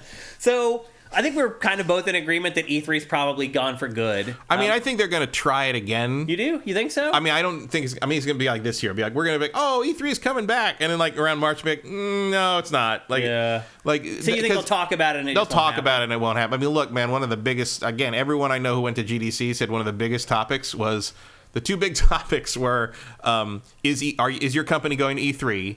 And the answer was probably like, we think so, maybe not, I don't know. And then, is E3 actually going to happen? And then, I don't know. And then the other big topic was, hey, did you just give me COVID? But no, it was absolutely part of the chatter. And from what I understand, a lot of people learned at GDC that like a lot of companies were pulling out, and Ubi was just the first to say so. Yeah, our friends like in the industry, they pretty much knew at GDC that E3 wasn't going to happen, because the people were talking amongst themselves or whatever. Another big thing that I am going to miss about E3 is seeing everybody again. Yeah, that is the big one. Because to your point earlier about how everything's digital and you can do everything remote, you're right, you can. But, I mean, personally, that sucks. Like, I'm friends I've known these people for 20-some years. Oh, for sure. And honestly, Matt, because everything is remote and, like, there aren't review events anymore. They just send you a review. Like, that's how I caught up with people in the industry. That doesn't happen anymore. Oh, yeah. Packers Party is the only time we were all in the same room where you got anymore. to see everybody again. And it just isn't going to happen ever again. And now I feel like I'm just, the rest of my life and career, it's just going to be me floating along nebulously doing shit, getting emails from people and text messages, and never seeing them in person again. Like, unless Summer Games Fest blows up again, maybe, and Packer starts doing a Summer Games Fest party, which may very well happen. Could happen. Let's be honest, it may still happen. So That is something that really bothers me, is not having the human connection with the other people in the industry anymore. I realize that people who are watching this don't give a crap about that. I totally get it. But I'm just being selfish and talking about myself. Seeing everyone was absolutely even when I was really over E3 the last several years, like seeing everyone was absolutely the best part. Yep. And that's not going to happen anymore, and that sucks. So now that we're pretty much in agreement that E3 is probably going away forever, I'm 95% sure that that's the case. Matt? One thing that does make me think of when I was thinking about like Pactor's Part, everyone, imagine the amount of corporate airfare money that had to be spent to get all of us in that room together. Yeah. It's amazing. It adds up fast. The expenditures are incredible. It really is. So now that we've... And that's not even counting how much Pactor spent on the sushi. And the liquor. Yeah. Oh, the liquor. $40,000 he spent on liquor at that party. I think the 2019 Pactor Party, I think the cost of the liquor I drank was probably about my starting salary at Tech. Because he also had really expensive whiskey there. Like $1,000, $2,000 bottles of whiskey. And it was amazing. And everyone had their own bottle, and every time you'd run into someone, it's like, let's have some of my $1,000 whiskey. And I'm like, okay. I'll never get this chance again. That was where I learned that tequila, $1,000 tequila, just kind of tastes like water. It does. It doesn't taste like tequila. Taste like anything. The better the tequila is, the less it tastes like tequila. That's how it works. Yeah, that was a eye opener, and then an eye closer. Yeah, I was asleep by 11 o'clock that night. So anyway, I'll miss the social part of it. I generally don't think it's good for the industry if it goes away. I can understand the other arguments that say that it is okay if it goes away. But I think we both accept now that it's 95% gone for good. And with that in mind, what, in your opinion, is the biggest moment in E3 history? The biggest moment of all. The one biggest moment. Well, stop. Luna wants to fight that light.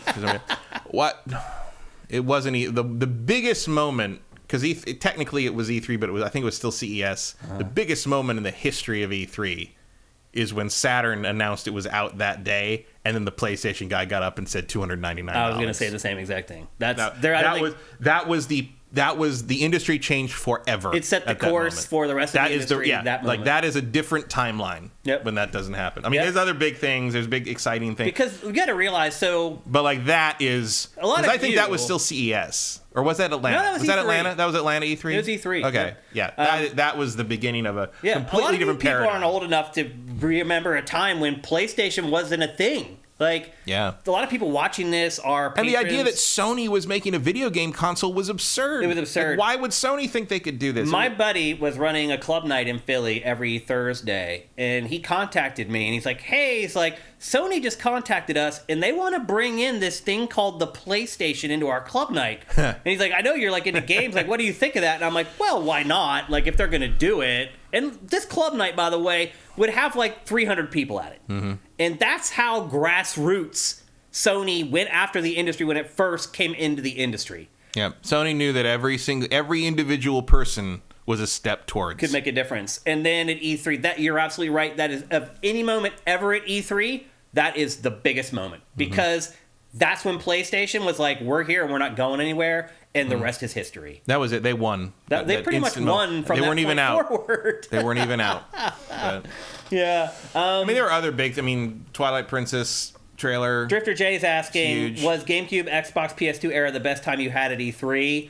I mean, the Twilight Princess announcement, another top 5 moment at E3 for sure. I was in the room when that happened. There were people on the floor crying. It was one of the most ridiculous things I've ever. It is the loudest reaction to anything I ever heard at E3. The best GameCube. I mean, there's a case to be made that era, the GameCube, Xbox, PS2 era, was the best time I had because it was all new. There was so much money flooding into the industry, and it was too. Well, and also because I had access all of a sudden to these things that I did. Like I got to go with the Tech TV people to go to the Nintendo press conference where they debuted the GameCube. Yep. That was in the fucking basement of a hotel. Yeah. There was like 40 people in the room, and I was there. Yeah. And it was like Miyamoto everybody got up and did the thing. They demonstrated the thing. And then Adam Sessler did the first live English interview with Miyamoto in front of me. It was. Well, remember, like our G4 peeps were getting on stages at press conferences back then. Yeah. Like Nintendo's press conference would almost always have at least one G4 talent on stage. Yeah. Like, all the time. We were treated like royalty back then, honestly, because we were like the only people doing live and sure. worldwide and broadcast and doing coverage. video too. Yeah. Like we walked into a place, they're like, "Oh, they're here. Oh, here's G4." Yep. And time to set shit up. Didn't matter how many people we had on the invite list. We all got in. We all got in. It was a whole different thing. Yeah. So that was a great time. Just because it was also a great time because there were so many games. And so many weird little games. So many games. And like. You so knew, now. And you knew if there was like a weird little thing there you wanted to or any even slightly non AAA publisher, all you had to do was walk up with that Tech TV or that G4 on your badge and be like, "Hey, can I?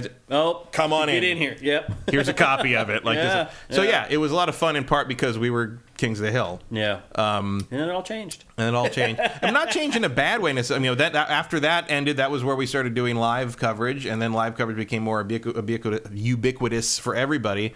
There was a lot of exciting things. I remember coming out of that Nintendo press conference, I was like, "This is what we need to show people. This is the most exciting thing I've ever been at. Yeah. This is great."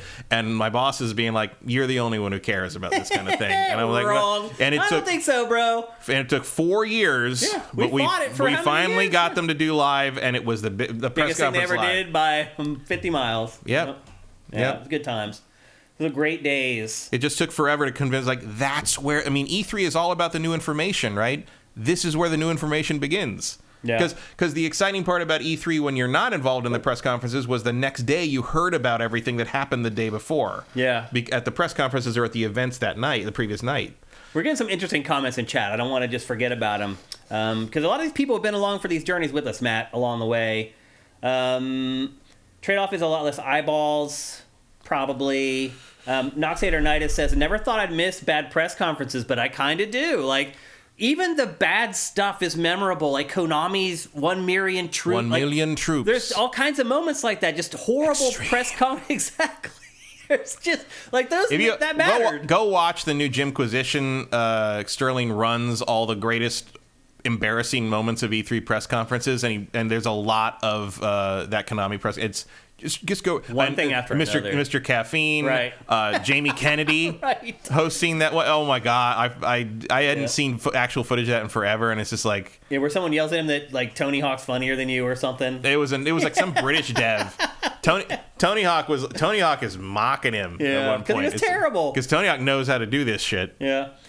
Justin Horman says, "I will always prefer live presentations to recorded ones." I can understand that because there's an air of mystery and wondering if something could go wrong, and that's just gone now. Yeah, but none of the people giving live presentations prefer that. They hated it. So it's.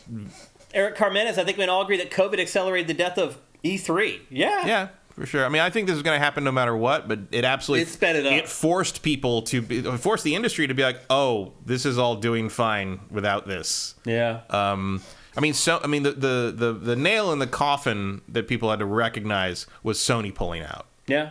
Before E3, before COVID, but COVID absolutely forced the issue in a way that I think would have taken another 5 or 6 years. Yeah. Otherwise. Congrim 1, biggest game announcements. Other than Twilight Princess, what game announcements stick out for you? Oh, I mean, Metal Gear. All the Metal Gears were PS3. phenomenons. All the games that they showed for the PS3 unveiling, all those games will always stick in my mind because I was like, there's no way. Don't forget that, like, MotorStorm had the crazy mud on the windshield, that there's no way. They still couldn't do that today. Yeah. And people were like, that's real. I'm like, it's not fucking real. Are you insane? And then I went to, I can't remember, some event, like, right after E3, and I went to Factor Phil Harrison. I'm like, dude, that's not real, man. There's no way you could tell me that's real. Well, they're rough approximations of what we're hoping to achieve. And I was like, that's it. There it is. I finally got it out of you. And that interview, by the way, like, did not get the press that it should have got, because I think a lot of people just wanted to put their fingers in their ears. The PlayStation fans were like, no, I don't want to hear that. Yeah, and some things are like, what else? I mean, like, there's some things like kind of are more impactful if you were there. Like it wasn't the announcement of the game, I don't think, but Modern Warfare, where the ghillie suits stand up and the whole crowd just went, yeah, like no one had any idea they were there, and they just stood. Because like, look, man, before that it was like anytime anyone was in a camo suit, it was just like very, the character was clearly different from the background. All it was just how like games a sore were. Thumb. Yeah. And all of a sudden they just stand, you're like, oh, like the gasp of that crowd was amazing. And the other one would be all that stuff you'll never have again without people there. Yeah, you know. Yeah, but it's just that didn't help Microsoft. No. In the end, you know, that's not worth the money they're spending. It's a special thing to us. Yeah. But it's not. And there was another Special one. to the bottom line. There was another one I thought of that, again, it wasn't really a, what was it? I don't know. Like a lot of it's just the weird little things, like the fact that the Beatles showed up that one time for the Beatles rock band. The fact that I went to a harmonics party and the Who played. Yeah. What? Yeah. Or even like things like the guy, I can't remember who it was, but it was the guy who like said Sony's big party. He gave where they have a music festival. He gave some announcement. Like 6 bands. He did some announcement at the end. He just tacks on that Peggle 2 is coming to Xbox. And he does like this weird Iron Man landing jump. I'm like, what was that? That's the thing you don't get out of live stuff. I mean, look, my favorite thing of all time E3 press conference wise is still Sony's E3, like the massive damage. Like, I mean, I cannot describe because Ridge Racer, because that you're whole sitting, press conference was a disaster. The fucking iToy thing, and you flip the just the Africa footage, just like the rhino walk, and at some point, I think it was during the iToy, the Eye of Judgment thing. I think Morgan turned to me and goes, "What the fuck am I watching?" Yeah, it was insane. And I'm like, I don't know. Like it's. I mean, I know everybody saw it, and everybody was kind of like didn't understand what the hell was happening, but.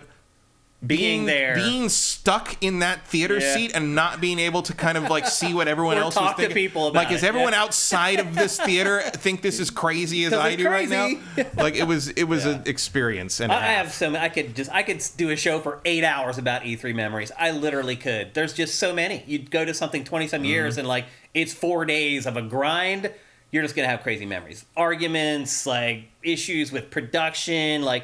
The different places I worked. Like, I remember coming back from the first day of the show floor, my first year at Game Trailers, and I walk in, and my boss is like, dude, our traffic is just exploding. Like, I can't even fathom what is happening on our website right now. And he gave me, like, the hardest high five I've ever got in my life, and I was like, hot damn. Like, everything I've been doing is working. It's all working out the way I could just go on and on. So the other thing, Skittles, Nightwing 30. Skittles, yeah, that's in the Jimquisition as well. The Skittles. The other thing I thought of that may not have translated out was one of the Xbox press conferences. We're doing it live, and so I had to be in there and kind of dealing with things and like make sure things were ready, and the teleprompter, which inevitably failed 3 seconds into the fucking broadcast. But they're running rehearsal stuff as well, and I come back out, and I go to everyone, like, they're playing Final Fantasy X footage in there, or Final Fantasy 13 footage in there, and they're like, no, they're not. It's Final Fantasy. It's not on Xbox. I'm like. But I just saw it. Like that, I'm pretty sure that was Final Fantasy 13. Like, bleh, come on. And of course, that was where they said it's on both. And I was like, that was a big thing for me. Like, I was like, I think that's in there. And it's just one of those things. Like, oh, I know that now. Yeah. Before everyone else. But Pikmin. We saw Pikmin before anyone else. Because you're on the show floor, and they made a mistake of uncovering one of the Pikmin kiosks. Yeah. That was when I was working with you guys at G4. We saw that way before anybody else, and we had no idea what it was. No, because like, how can you see that and know what you're looking at? Like, there's this weird game where like little dudes are jumping on bigger dudes, and they got leaves in their head. Yeah, we were just like it's one of those things where like if you went back, someone who wasn't there, we'd go back and try to describe it to other people, and they're like, "What? Are you drinking early today, or what?" Like what? Yeah. We could go on and on. Oh, yeah. Matt and I just have amazing stories from E3, and it's sad to think that we're not going to make any new memories. Like even just the last couple years, like. Just even Packers Party, being together at Packers Party and seeing everybody. Like, those are great memories that you can't replicate. So, rest in PC3. I never thought I'd see the day that this was going to happen when I started in this industry in 1997. Nothing gold can stay, Pony Boy. When I was sweating my ass off walking to the convention center in Atlanta, like, I never would have dreamed that this would happen, that it would go away. It was just too big to fail, and it isn't. So... That's a lesson in life for everybody. Like, even no matter how good something seems, like, eventually it ends. Game Trailers, when we were in our height in 2010, never would have dreamed that it would end the way it did just 2 years later. That, like, we would go from meteoric rise to, like, oh, we can't employ people anymore. Like, it's just the way life is. Like, no matter how permanent something seems like it is, it never is. So that's why you have to enjoy things while they're happening as much as you can. And it can be hard, especially at E3 when we're working, 20-hour days, not exaggerating, 20-hour days for 4 or 5 days straight. It's hard to stop and smell the roses when stuff like that's going on, but you got to try because you just never know if it's going to happen again. So embrace the good times as much as you can, because they're not always going to be around. So I'm glad I have these memories with you, Matt, through all these years of E3, and with probably some of you. There's some in our chat that probably I've been at E3 with or been at events with. All memories that I will take with me. That's the problem, is like all those, like most of my, well, a good announcement. Like most of my good memories are not announcements or industry things. There are things that happen to me and the people, like like being there the first year.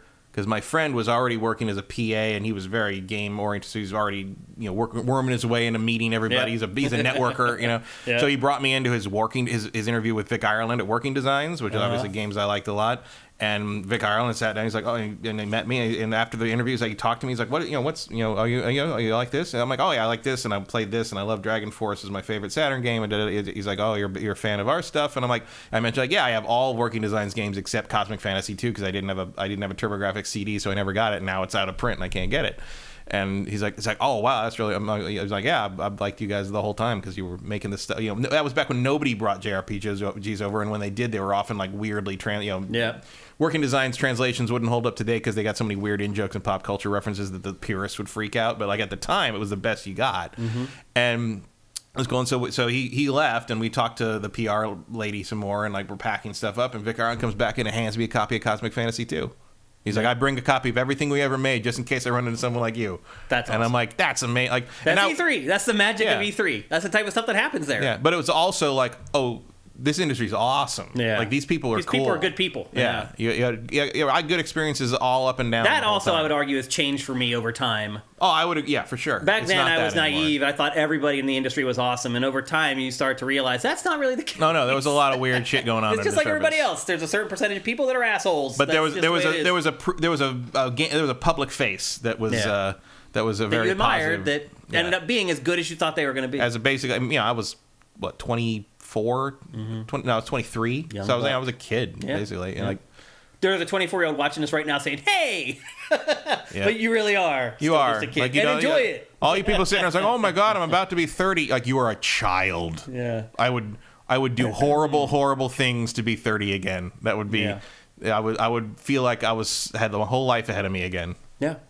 So anyway, there you go. That's our eulogy for E3. It's really sad to think we're even doing this right now, but we are, and that's the reality of the situation. So, the other part of it, too, the financial side of it, I don't know about IGN if they had already booked a bunch of sponsors for E3. That's a huge chunk of money. At Game Trailers, like I wouldn't have said this when I worked there, but I can say whatever the hell I want now. At Game Trailers, we would make almost 30% of our revenue from E3 sponsorship.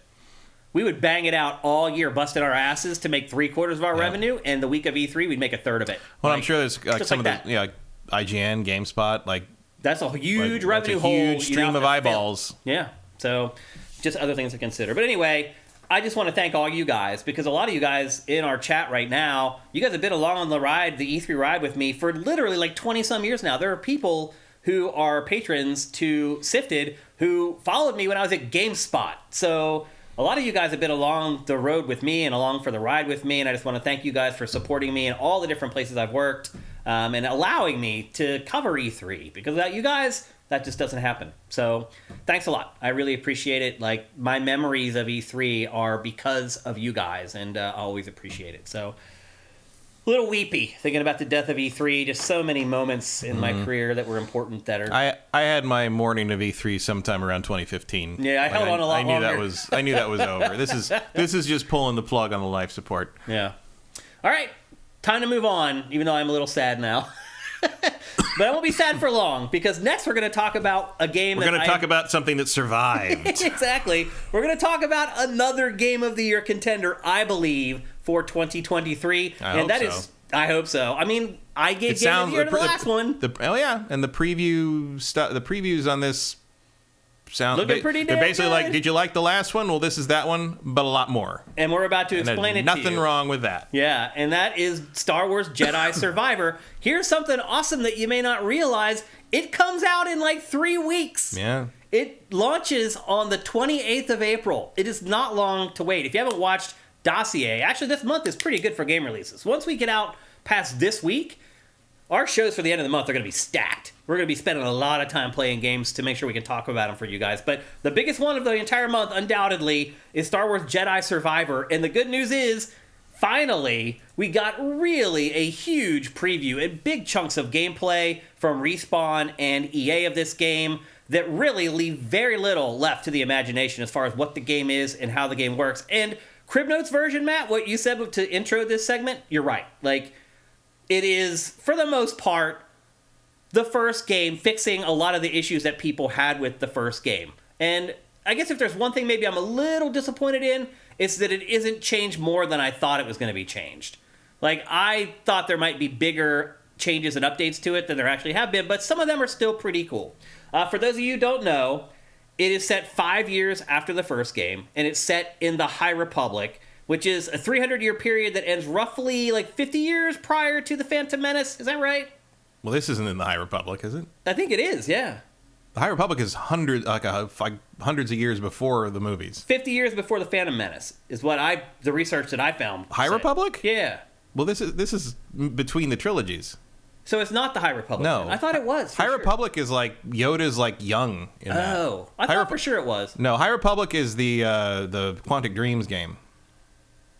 And the couple upcoming things. Yeah, it's like it hasn't been explored much in games. I thought for sure this was set in it also. No? No, this is the dark times. This is between the prequels and the originals. Okay.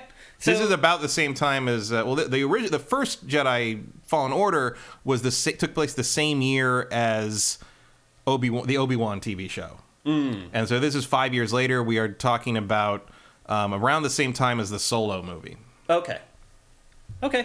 High Republic is sort of like they created that so they could do like a golden age of the Old Republic without having to deal with KOTOR. Okay. That's pretty much what that is. All right. You play as Cal, just like you did in the first game, and he survived Order 66, and he's on the run from the Empire. Him and his droid BD-1 crash the Mantis, which is his ship, on a planet called Kobor? Do you know how the proper way to say it is? You don't know either? That's a new planet to me. Okay. They crash land on the planet Kobor, and they have to head out to try to find parts to fix their ship. Now, a big part of the last game was getting your crew together, getting the band together, creating allies, and getting them on your side. Well, apparently in the 5 years from the last game and this game, you guys you've fallen out. You're not a group anymore. People have disagreements over the direction. Some people just want to live their lives and not have to worry about the Empire, running from the Empire, attacking the Empire. So basically the whole crew that you built in the last game, you now have to rebuild in this game. I'm not a gigantic fan of that. No, that's Ghostbusters 2 syndrome. It's like we spent a whole movie getting these people together. It's already set. Just do it. Just get on with it. Yep. Hopefully that doesn't last too long. So I assume you're already with Grease, though. No, you're not. No? So no. How did you get the Mantis, then? I don't know. Maybe they explain it. How would he ever give the Mantis up? Well, he does. So you crash land on the planet, but here's the thing. So you land on this... Grease wasn't flying it, that's why. You land on this planet, and you start looking around, and you find this little town that ends up becoming the hub for the entire game called Rambler's Reach. And again, it's on the planet Koboh, Koboh. Is that the right way to say it? I'd say Cabo, yeah. Cabo, yeah. And there's a Cabo. I guess we're going to Mexico. Yeah. There's a canteen in Rambler's Reach, and you go in there, and I'll give you one guess who you find in the cantina, Matt.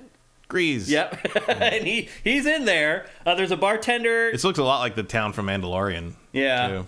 There's a bartender named MXNK6, but he's called Monk inside the game. And inside this little cantina, that's where you get your side missions. There's a little garden on the roof of the cantina where you can plant stuff and grow stuff.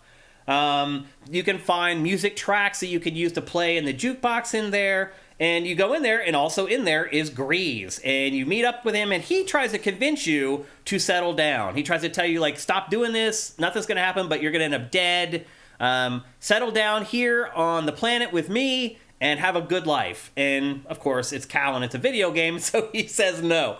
But one of the more important things that I think that we should mention about this town or this area is that there are also people on the planet that are just living their lives and trying to, like, eke out some kind of an existence and survive. It's always a mistake in Star Wars. It usually is, you're right, because they always find you. Mm-hmm. But to me, that was one thing that was missing from the first game. Yeah, the lived-in feeling of the worlds that you were in. It was like you were mostly exploring like ancient ruins and abandoned places. It all felt like everything felt like a drive-by as far as the locations and stuff. In this, because it's like a hub world, you're going to get to know this planet and the people on this planet, and you're also going to get side missions from them and things like that. So I think that's a good change and a big change that, to me, can impart a lot of sentimentality into the game. When you're not interacting with humans as much, somewhat, a game can feel sterile. I'm hoping that you do go to other planets, though.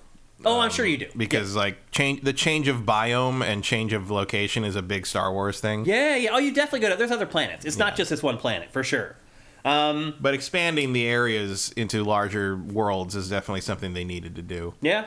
The two things I would have wanted from the first one in terms of presentation, like obviously I think it could have stood to be a little more rock solid in terms of the combat and hitboxes and such, but like that's a technical thing. But in terms of presentation, I would like the areas to be bigger and more lived in, and also I would like more interaction and more almost BioWare style interaction with the crew members and with the character. I wanted a more substantial kind of character interaction system, I guess, like a little more ability to sort of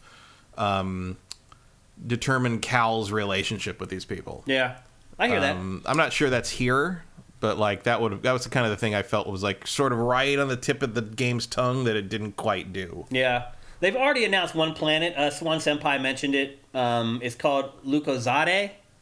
Or Lukozade. I'm not sure how to pronounce it. I don't know. I've seen that name before. I don't remember which But they've already officially announced one other planet. I'm sure there's going to be more.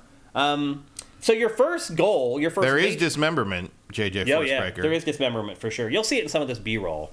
So your first major goal in this game is to get the band back together, to go around and find all the people who were in your crew in the first game and get them back together so you can team up with them again. I also like that you have your abilities from the first game.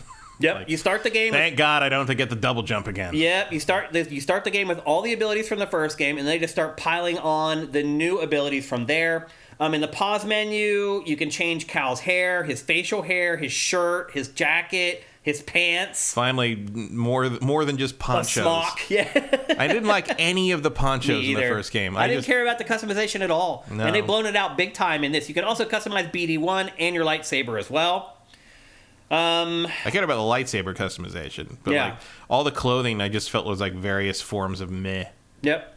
There are also, as I mentioned earlier, there are side missions that you get from people in the cantina and some of the general citizens that you come across. Some of the side missions that Respawn mentioned at the preview event. There's some ancient ruins that you can come across that have puzzles inside them. There's a mine that you could investigate that you go inside, and there's a rancor inside. You already saw some B-roll of that.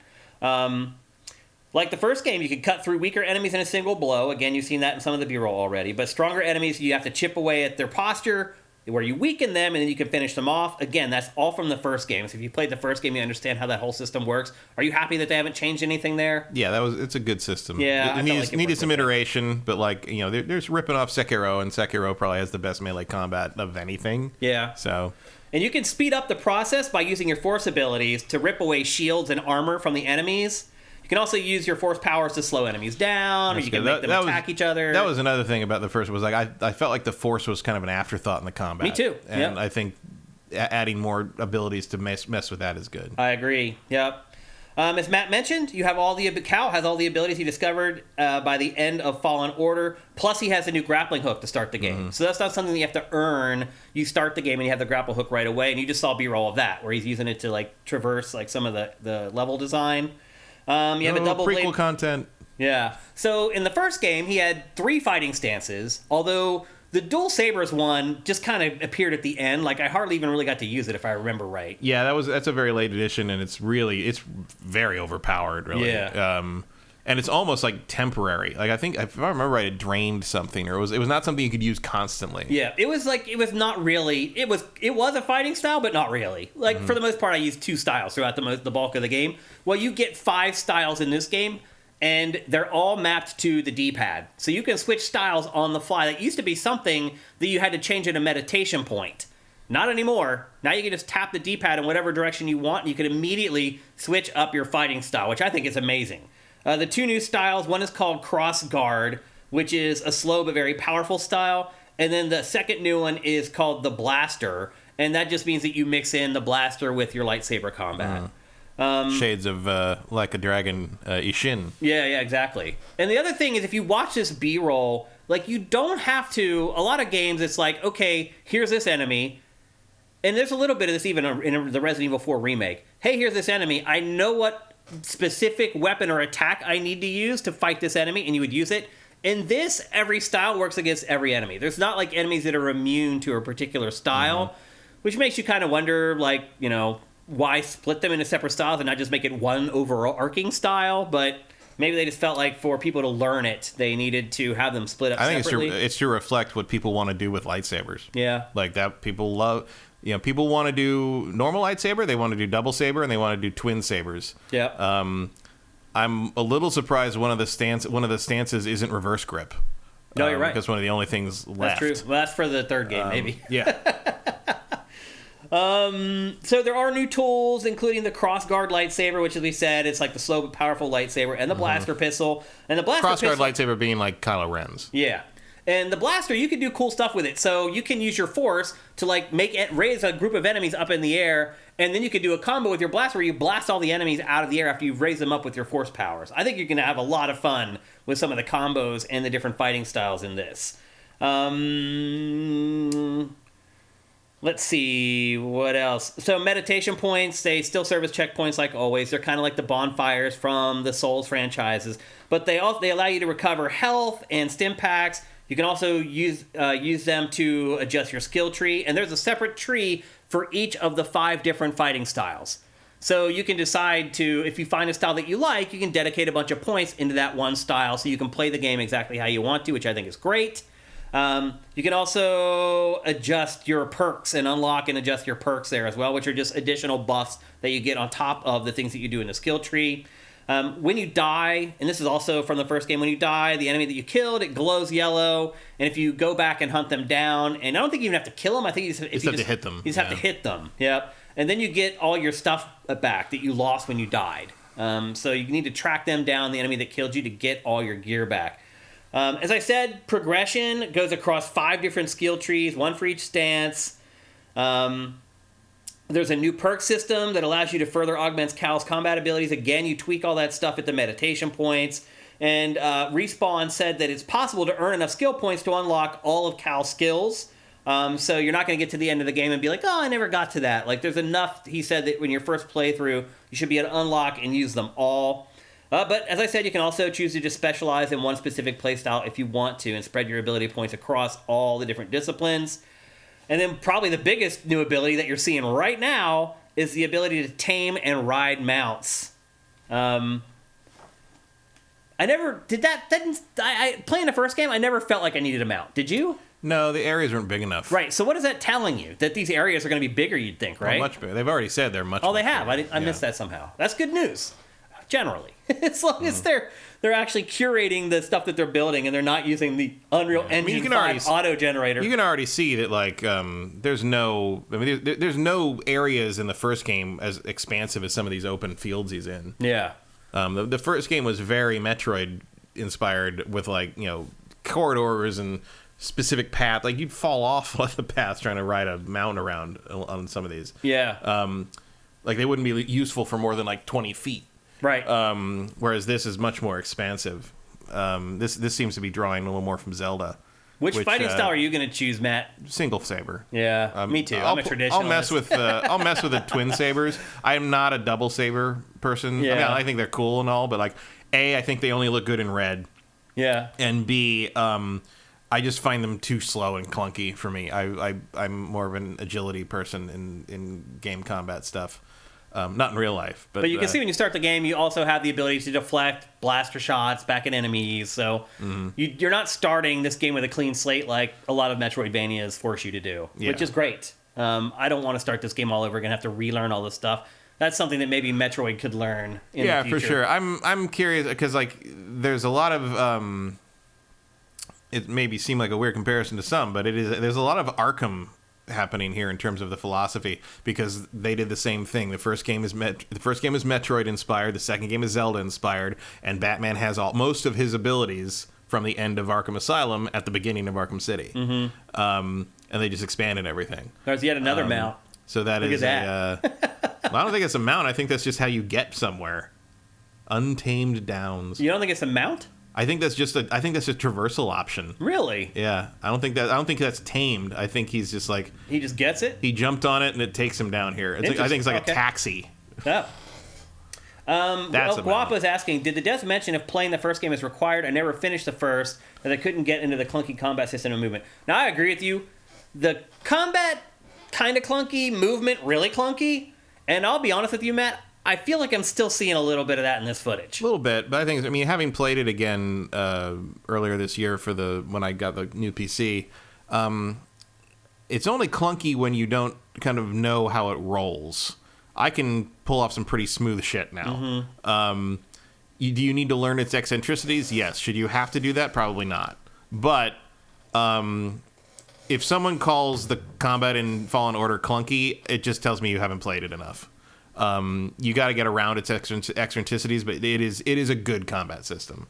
Part of its problem is that it feels so much like Sekiro in places that it just highlights how less smooth it is than Sekiro is an achievement and a half. Whereas what you're talking about with the kind of the floatiness of the movement, like, yeah, that's an inverse kinematics problem, and it does seem to still be present here. I can't tell how much of that is the actual how the game's going to feel, and how much of it is just how they mocap whatever I can't remember the actor's name. Yeah.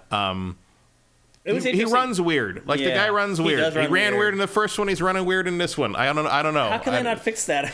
I think it's just how he runs. They want him to run that way? I think it's how he runs. So Stig at Respawn. That is a choice. Yeah. You want to look like the weird that one guy from Horizon with the big mutton chop mustache. Right, you can do that. Yeah. So Stig at Respawn, he's put out some statements about this, and he basically said the first game was like they were just learning on the fly. I'm sure. And they're shocked that they ever got the game done and that like it was as good. And he's like, now we have all the basics down. We can focus on the creative part of the game instead of getting the nuts and bolts right. So I don't know what that means as far as how they've tweaked the combat and the movement. I still think it looks the combat still looks a little slow and awkward to me. And I would agree it felt a little off in the first game, but like you, the more I played it, the better I got at it and the more I understood it.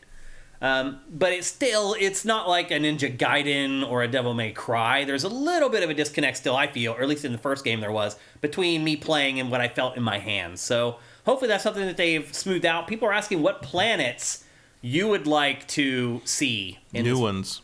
Yeah, just any new ones? Yeah. You don't want to go to old standbys or No, classics? I don't want to go to Tatooine or Dagobah or anything. I want to see new planets. Yeah. I always want to see new planets. That's why I'm excited for Starfield. I want to see new planets. Oh, so even just new planets in general. Yeah, I like seeing new worlds. Gotcha. That's the interesting thing. And Star Wars obviously can do pretty much anything because it's fantasy. So none of the planets even have to make any fucking sense. Yeah. And I like that about it. Yeah. That was from Kevin Rafa, by the way, he was asking. Yeah. I would, in terms of like, if you really don't want to get through the first one, I would definitely suggest watching the cutscenes on YouTube because what happens at the end is kind of important. And there's some cool stuff at the end. Yeah. Looking at this B-roll, how are you feeling about the game, Matt, in general? Looks great. Yeah. Like, yeah, it doesn't look like Cal, settle down. What are you doing? What are you doing? He's going to see you. Yeah. No? You're just not going to... Well, he's using force powers on There we go. Yeah. Force powers don't work on droids. Yeah. You can't mind trick a computer. Or can you? You cannot. That I'm pretty sure is can't. You can knock them around, obviously. Barry Gooser says, I liked the one world where you meet up with Saw Gerrera in that was fun. The last game. Yeah. Like, I like that character, so it's good to see him again. Yeah. Since he was, as with everyone in Rogue One, horribly underused and wasted. Yeah. What a weird movie. Yeah, I don't know. I loved Andor because it finally did that character some justice and sort of accidentally revealed that Cassian Andor probably should have been the main character of Rogue One. Absolutely, yeah. To me, he kind of was, I'll be honest. I mean, he's well, that's the thing is, like, Jyn Erso doesn't do anything in the first two acts of that movie. She just sort of reacts to things, and that's not a main character. Yeah. It's very weird. And if you don't know who Saw Gerrera is already in that movie, you're like, what? Who is it? And he just stands... Okay, whatever. Like... That whole thing, I would love. The problem with Andor is no matter how great that show continues to be, the end of that character will always be in a mediocre film called Rogue One. Know, it's like there's no, you're never gonna get any. Be like, oh, okay. No, that's right. That's how it ends. They're like the whole thing where Baze is like, okay, here we go, little sister, and I'm like, have you two said a word to each other this whole movie? Here's the lightsaber customization, not just little frivolous whatever. It's a pretty big deal. I mean, that's the same as the first one. Is it? It seems like it has more parts. No, it's the same parts. Is it? Same number of parts. It just feels like it's different because you get to actually see the parts replaced instead of just swapping in and scrolling through all that. This is a much more tactile way to do that. That's really cool. Yeah. Because it uses the same part system as the sabers you build in Disneyland. Yeah. Here's the BD1 customization. You can give him a bunch of new parts and stuff. Yeah, because that was just colors before. Because I love BD1. BD1's great. He's a great droid. Probably my favorite character in the game. Yeah, that's a very reasonable thing to say. Absolutely. And and he's that type of droid has made it into the rest of the canon now. It's showed up in the shows and stuff, which is great. Great stuff that is not just ponchos. Awesome. Yeah. No. No, stop thinking about it, Cal. No matter what, he still looks like Cal. Yeah, it's no. They don't change all that much. I know it was the 70s, but come on, dude. Yep. So anyway, looks like they got his face a little better. Like he looked the character model looked kind of weird in the first one, and like you look at the actor and you're like, I see how that facial capture turned out that way, but if I was the actor, I would not be super thrilled. I'd be pissed off about it. Yeah, that's how I ended up looking. This looks way more like him. Yeah, absolutely. So this game is coming April 28th. It's just a few weeks away. I'm really excited to play it. Hopefully you guys are too. Do you think the original game will encourage people to buy the sequel or discourage them from buying the sequel? You mean like from liking their experience of playing it? Most people seem to have really liked it. Yeah. It seems a little mixed, maybe. Like some of the comments we got in our chat today, like I've seen those comments many times before about it. Yeah, but even the people that bounced off it, they still want this they want this game. Yeah. They, it's not like they bounced off because the Jedi game was bad necessarily. They bounced off because it wasn't up to snuff. But like it's not like they stopped wanting a Jedi game after that. Yeah. Like hopefully there'll be an improvement here on the level of something like like a. I don't want to say the first one was as good as God of War 1, but like in terms of God of War 1 and 2, where it was like God of War 2 was like, it was just like, oh, this is the same. They didn't really reinvent the wheel, but they just made it bigger and crazier and amazing. Or like, and this is Stig, by the way, who worked on God of War. Yeah, but that's why I picked God of War there. Yeah. Or like Assassin's Creed. The jump to Assassin's Creed 2 was huge. Yeah. Or again, Arkham Asylum, Arkham City. Yeah. Not saying Arkham Asylum had anything wrong with it, but Arkham City just like took that idea, expanded it out, and honed it to a razor's edge. And it would be nice to see this do similar. Here's some comments. Red Fox 1980, the first game played sluggish. I could agree with that. There he is in there. I mean, it's a very difficult thing to balance when you have inertia on a character's movement startup. The Witcher 3 struggles with that in places too, where it's like you don't want the character to suddenly just start moving and be so snappy to control like that, but if you make them too... I can feel it in my hand right now. If you make them too like subservient to the animation cycle, they're gonna feel a little loose, a little loosey, a little gooey. Yep. Vortex Complex first game wasn't perfect, but it was damn good. That's where I come in on the game. Very Gooster. The other thing it needs that the first game didn't have is fast travel, which, as I understand, it does have. Yeah, actually, does it? I think they said it does. I hope to God it better. It better. I thought as soon as you picked up Marin, I thought, okay, she's like the weird witch, the Sith witch. I thought she was going to teleport me to all the meditation spots. Yeah. And then they just don't. Yeah. And if you miss like one thing in the back of that one world, you got to traverse the whole fucking... It's a huge... And then you got to go all the way back to the shit. There's a couple times when I was like doing like kind of cleanup, like collecting all the collectibles at the end, where I just like stopped for the day because I'm like, I was going to have to find my way all the way back to the ship. Yeah. And I'm like, I'll just do that tomorrow. And like, that shouldn't happen. Very Gooster says I put Fallen Order on easy and had more fun. Okay. Yeah. Andy T. Monahan, the technical issues in the original almost helped its popularity in a weird way because there were some goofy bugs that had there were some viral videos. Yeah. Unlike Last of Us, the bugs didn't ruin anything. Yeah. It was just sort of like, oh, that's weird. And Talimper says the map was real bad, and that's one thing. Yeah, the map was very hard to read. It was hard to read, and that is one thing that they worked hard on for the sequel. It should be vastly improved. That was a big issue. Review group says Fallen Order was a mediocre Metroidvania. Yeah, I would say it's better than that. I would say it also came out in a really bad year for video games. Because it was my Game of the Year, but I didn't feel good about awarding Game of the Year to it. I would normally not give Game of the Year to a game that had that many issues, but it would have been in the running for me, but I gave it to Sekiro. Yeah, which makes perfect sense. Yep. So there you go. That's Star Wars Jedi Survivor. Again, here's another thing to remember. It's next gen only. It's only coming to PS5 and Xbox Series and PC. So you won't be able to play it on PS4 or Xbox One. Just something to keep in mind as its April 28th release date draws near.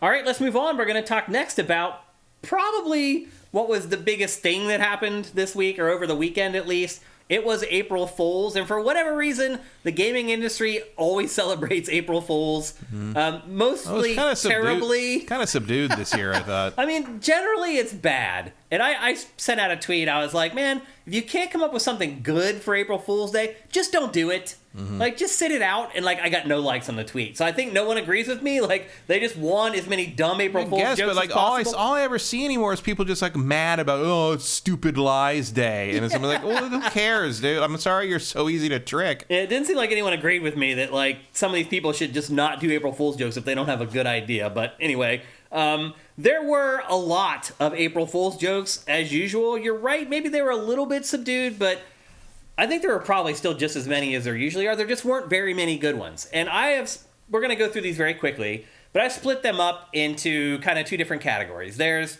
the fake April Fool's Day stuff, where they just make up stuff that isn't true and they hope people believe it and they get fooled.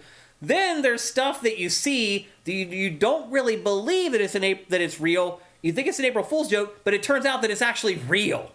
And there were 3 gigantic ones this year that we'll get to in a minute. First, we're going to go through the ones that were just basically lying or jokes. The first one is the Razer Razor. Did you see this, Matt? I did see that. So it is a mouse that doubles as a razor from the company Razer. Surprising. It's kind of surprising they haven't made this joke already. Yeah, it is a little. It's like, man, where have they been for the last, 15 or 20 years? Because Razer's been around for a while now. Would you really use something like this, Matt? No. Why would I need those two things to be the same? Yeah. Night Trap FMV file being released on a GBA card from Limited Run Games. Is that real or was that fake? The Night Trap stuff. I think that was real. Was it real? That was one of the real ones that you didn't believe? I think they're making it. It's like sometimes these jokes become so popular that companies make them real, like the Tauntaun sleeping bag. Oh, right. Yeah. Or Dead Souls, the Yakuza game. You're right. That's the third category of April Fool's joke. The one that starts as a joke and then becomes real. Yeah. I don't think there were any. Well, we don't know yet, I guess, whether any of these are going to end up being real. I kind of doubt this one. I didn't see anything take real. off, really. Yeah. But and then there's no way that razor could get you that eyebrow shape. Yeah. Like, that's not like you use something else for that. You at least put those through a comb to make sure you didn't shave them completely off. That doesn't work. Yeah, I mean, on the clever scale. And now, like, all your hair is all over the fucking desk, and it's all clogged up in the like, did you even rinse that thing? Like, how do you do that and then use it? None of that makes there's no way you can make that. On the clever scale, I'd give that about a 5. Yeah, that's out of 10. Fine. I mean, the joke is right there in the name of your fucking company. Yeah. IGN's joke this year was that voices from the Super Mario Brothers movie were going to be put into Mario's games via Nintendo Switch Online. Not a good one this year. IGN's had some good ones in the past. It would have been this year. It'd been funnier if it had been closer to when the trailer debuted and people were still screaming about Chris Pratt. Yeah. But it's people have just sort of adjusted at this point. No one cares. Yep. And then Rocket League had one that I just stumbled upon because over the weekend I played a game, and how the chat works in the game is you just tap the D-pad in directions to send out chat messages. And if you did that, it was a Rickroll. When you would tap, normally you tap, you can set it up however you want. But for me, I tap left twice. That means good pass. Like, if you would tap left for good pass, it would be like, never gonna give you up. And if you tap for good shot, it would be like, never gonna let you down. And all the commands had the words from the song in it. And it was, at first I thought it was really dumb, but then people started figuring out what each one was and started using them in the context of the game, and then it became funny. If people really screwed up, people would find the exact perfect line from the song to use. it became funny. It doesn't sound that funny. I actually thought it ended up being funny in practice. Or it was funnier in practice than it was in concept, I guess is the best way I could put it. Overwatch 2 did a bunch of arcade mode like stuff, but it was real. It was actually inside the game, which is cool. And then Baldur's Gate 3 did a rolling cheese wheel. Did you see this one? It's just so weird and avant-garde that I thought it ended up being one of the funnier and more clever ones of all of them. The Wheel of Fate has chosen a new champion. Are you Gouda enough? And then there's just this cheese wheel that just rolls through the game. It's just so I think that's a reference to something. It is, yeah. I don't get it because I haven't played Baldur's Gate 3 yet, and I haven't played a ton of Baldur's Gate, to be honest with you, to know if maybe it goes back. I'm not sure if it's Baldur's Gate or if it's just D&D. Yeah. The rolling cheese wheel. Yeah, I don't know. It's like a D&D meme. Legendary. Yeah. It was definitely off the cuff and bizarre, so I thought that one was pretty clever. And then HyperX did a fake ad for a new headset called the Cloud 20 that sprayed water in your face. They didn't make a video of it, though, which is a shame. It was just like a little GIF that they had on their Twitter feed. But I thought that was pretty funny. It would have been better if they actually had done something with it. And then Disgaea had a fake dating sim. This is the oldest, most worn out April Fool's joke of them all. The franchise turned into a dating sim. There have been probably 12 of these throughout the years where there's this franchise you never would guess would have a dating sim, but here it is. Now it's a dating sim. The irony is that sometimes I think these dating sims would be more popular than the main games. Yeah, it might sell actually better than Disgaea. If Dragon Age 4 doesn't sell, do a BioWare dating game. Yeah. I promise you. I promise that will sell better than Mass Effect Andromeda at the very least. And then the final one that was just kind of a fun joke or fake thing that didn't really come to fruition, although this one kind of did and is very clever, is the Street Fighter 6 cat battle device. Have you seen this? Yeah. It's like a controller for cats, basically, so cats can play fighting games. And I found this very funny and very clever. Obviously, Street Fighter 6 is also pretty close to coming out. So the one thing I will say about this is the middle of the trailer was just like a normal Street Fighter trailer that goes on for like 3 minutes. I've chopped all that out. I only have the intro and the outro here, like cut together, because otherwise and I get it. It's like the whole objective is to try to sell more copies of Street Fighter 6, but I would argue that like they would have got better traction if they just had this and they didn't have because it literally is like a normal trailer. Like here's this mode and here's that mode and it has this and it has that, and then it gets back to the fun stuff here, which is actually really freaking funny. So I thought this was probably the best one of all the jokes that were. I have a question actually. Maybe if you can't answer it, someone else can.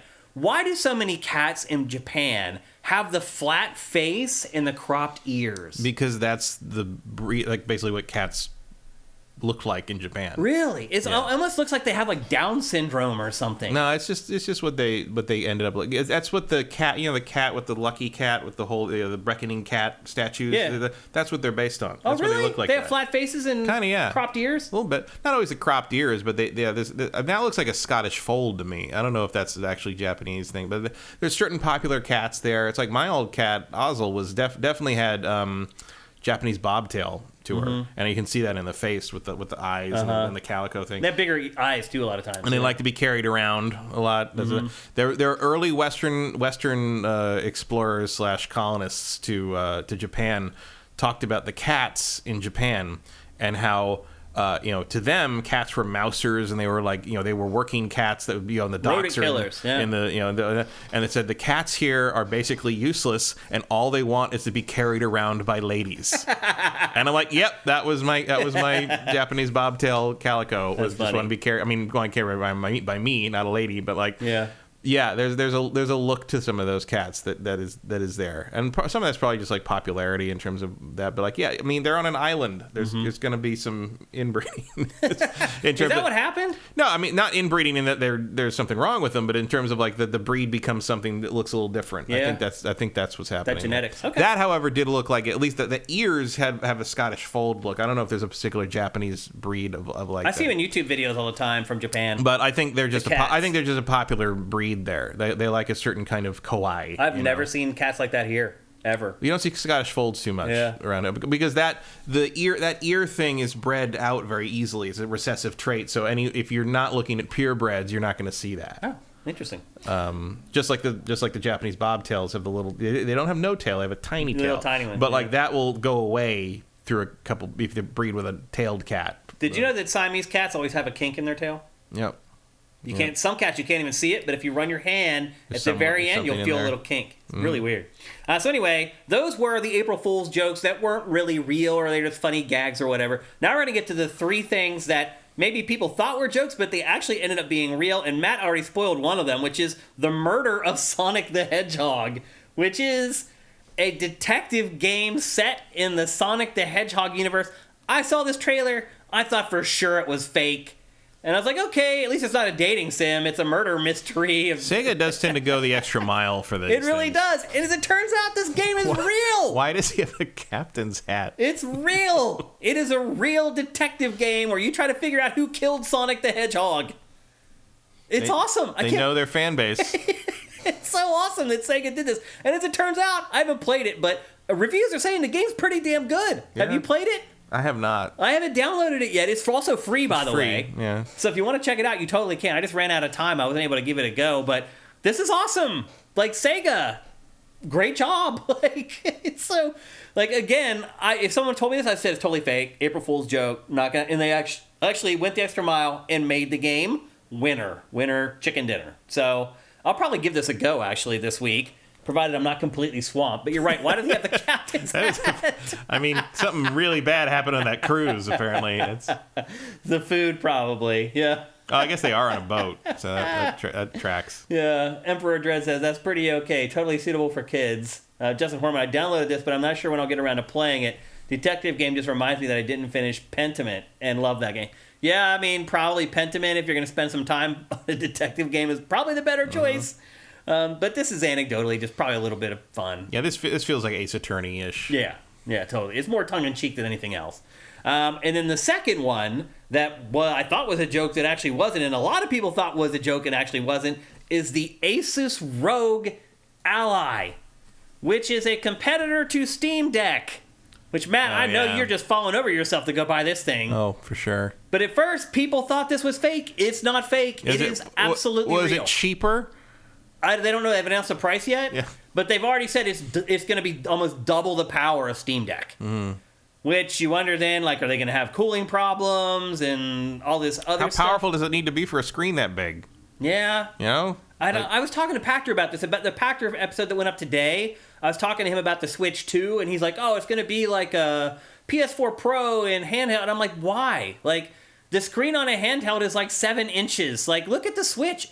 Its games look great on that little screen because it's a little screen. Like, do you really need to go overboard? Are they going to go overboard on the console part of Switch? Yeah, you got to balance it with how much it's going to cost. And how much battery life. It's like, I mean, there's so much to consider. Like, I mean, obviously, I would want it to be more powerful and look better because I play it only on a TV. But, like, given that the thing that really seems to have sold the Switch is its handheld ability to be able to, to switch. Mm-hmm. Like, if you can outstrip that gimmick real fast if you go too far in one direction. Yeah. I don't know. It's like, again, people saw this. This is totally, it's real. This is actually really coming from Asus. Dead in the water? I don't know. I mean, it sure seems like it would be. Like, why would you buy this instead of a Steam Deck? I don't know. Why would you buy a Steam Deck? You can see its dock is a little different. It's really just plugging in a cable more than anything. That's a lot of footprint there. Yeah. I mean, I think the Steam Deck had the advantage of being basically in the front of the storefront of the place everybody buys their PC games. Yeah. This you'd have to seek out more, which I think is already a downside. Yeah. You just happen to have a giant pocket in your fucking jacket? Come on. How big was that pocket? And you had that thing there with no protection, just screen rolling around, batting against your fucking keys and coins? Come on, people. Give me a break. It's not how anybody uses this shit. Eric Cartmenes says $250. There's no way it'll be $250. $700? Rumors have it at almost $700 USD from the Talimper. Fuck you. That, I mean, it's dead on arrival. I don't care how awesome it is. I mean, it does. I'd rather buy a PSVR 2. Yeah, I mean, I would say that for someone like me who's kind of looking to upgrade their... For those who dare is the fucking tagline. Probably not the best idea. Boy. We dare you to buy our new handheld. Yeah, what a terrible idea it would be to buy this. Hey, you better have some courage, son. Yeah, come on. Come on. Yeah. I don't see this doing very well. If it's at $700, it's dead on arrival, although it might appeal to people like me who are kind of looking to maybe upgrade their PC and don't want to spend like... It's called the ROG Ally? Rogue, yeah. Rogue. It says ROG. ROG is ROG. I'm sorry. Well, ROG is, or Rogue, is also a name that they use for their monitors. They're like high-end monitors or whatever. I always thought it was Rogue, though. It probably is, but that's phonetically ROG. It should have the line over the O. Yeah. So anyway, there it is, the Asus ROG Ally. No the Republic of Gamers, yes. What do you say? The Republic of Gamers, that's what it stands for. Oh. Yeah. So anyway, we don't know how much it's going to cost. Rumors saying $700. We don't have a release date for it yet, but it's really hard for me to think that there's a big market for that. No, it's like people are just going to trust Steam and Valve before they trust Asus. It's just, for sure. Yeah. So we'll see how that goes, but I don't like if you're gonna gun to my head, buy one of these stupid things. I'm definitely going to get the Steam Deck. Yep. And then the final April Fool's The integration with Steam alone is going to make it more user friendly. Absolutely. Yep. And then the final April Fool's joke from 2023 that actually was legitimate was PUBG. PUBG always has an April Fool's joke, and it always has something to do with chickens. And lo and behold, once again, they basically launched this brand new Battle Royale mode for a limited time that just is filled with insanity. There's gigantic chickens. There's just all these random elements that they put into it. I don't know why they take these away. They should probably just leave this stuff in there. Yeah, I think you need every advantage you can get at this point, PUBG, because this is the first time I've heard about you since last April Fool's. It's the only thing that keeps them relevant still. Let's be honest. Yeah. It's had its lunch eaten by every other Battle Royale at this point. I forget it's still a thing. Right. And it used to be the only thing anyone ever talked about. It was huge. Want to talk about things you never think can fall and then are suddenly irrelevant. There's one. But you know what? Player Unknown, very, very wealthy thanks to PUBG. He's made his money for sure off of this idea, which is great. Because a lot of times people who come up with this stuff aren't the ones who make all the money off of it. And in his case, it did work out that way. He is rich beyond his wildest comprehension thanks to PUBG. But you're right. It has become basically irrelevant. And the only time we ever talk about it anymore is on April Fool's Day. Literally, the only time we ever talk about PUBG anymore is when we talk about gaming April Fool's jokes. So there you go. That's at least what I think are the only April Fool's jokes worth discussing. Did you see anything out there that, even outside of games, maybe? They're just like weird, not like things that had effort put into them. Just like, here's a shot of the guy who used to play Foggy in the Netflix Daredevil. He was on set yesterday, but it's a shot from the old Netflix Daredevil set. Right. It's like they're just trying to trick people. Yeah.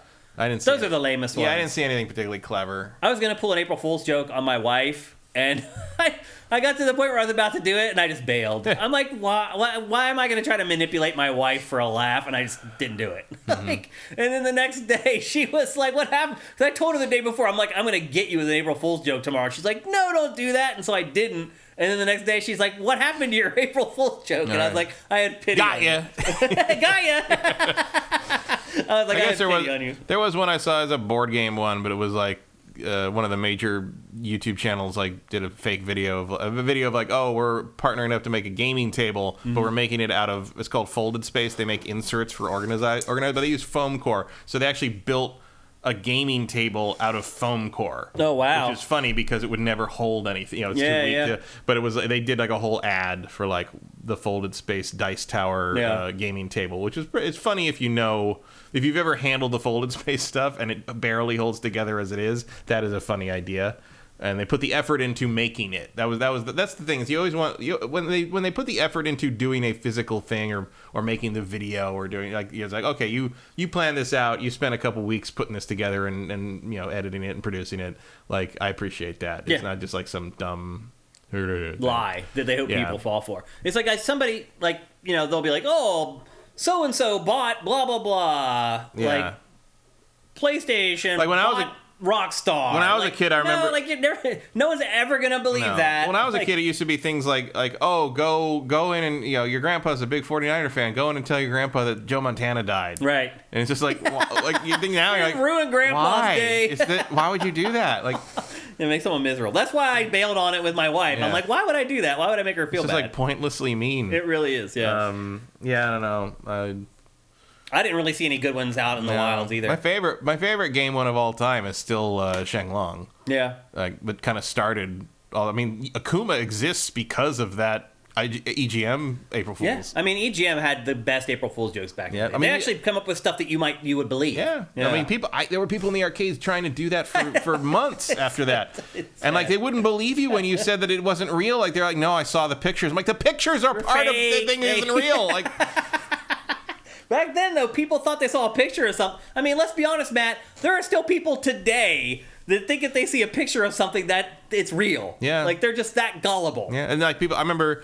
Because one of the thing about the IGN or the EGM Shenlong thing is you had to get to the end of the game without ever being touched, perfects all the way through, and then you had to lose to Bison on a draw. Right. So you both draw 3 times in a row, which is impossible. And then but the thing is, that requires it to be played single player, and people would come into the arcade I worked at and try to do it, and other people come and want to play, don't play me, I'm doing the Shenlong. Yeah. That's not a real. One time, this one guy who just would not stop trying to do that. Everybody else wanted to fucking play Street Fighter, and the biggest guy, Zach, just picked him up and threw him out of the store, and we all went back to playing Street Fighter. All right. So there you go. That's April Fools in the gaming industry for 2023. Next up, we're going to talk about a game that Matt has been playing this week. Another Metroidvania, basically, in today's episode. It is a game called 9 Years of Shadows. Mm-hmm. It plays... There's a color dynamic in this game, right? It goes from monochrome to color a lot. No, not much. Really? Only in the beginning, really. Oh, okay. It does deal with color, but not like that. So...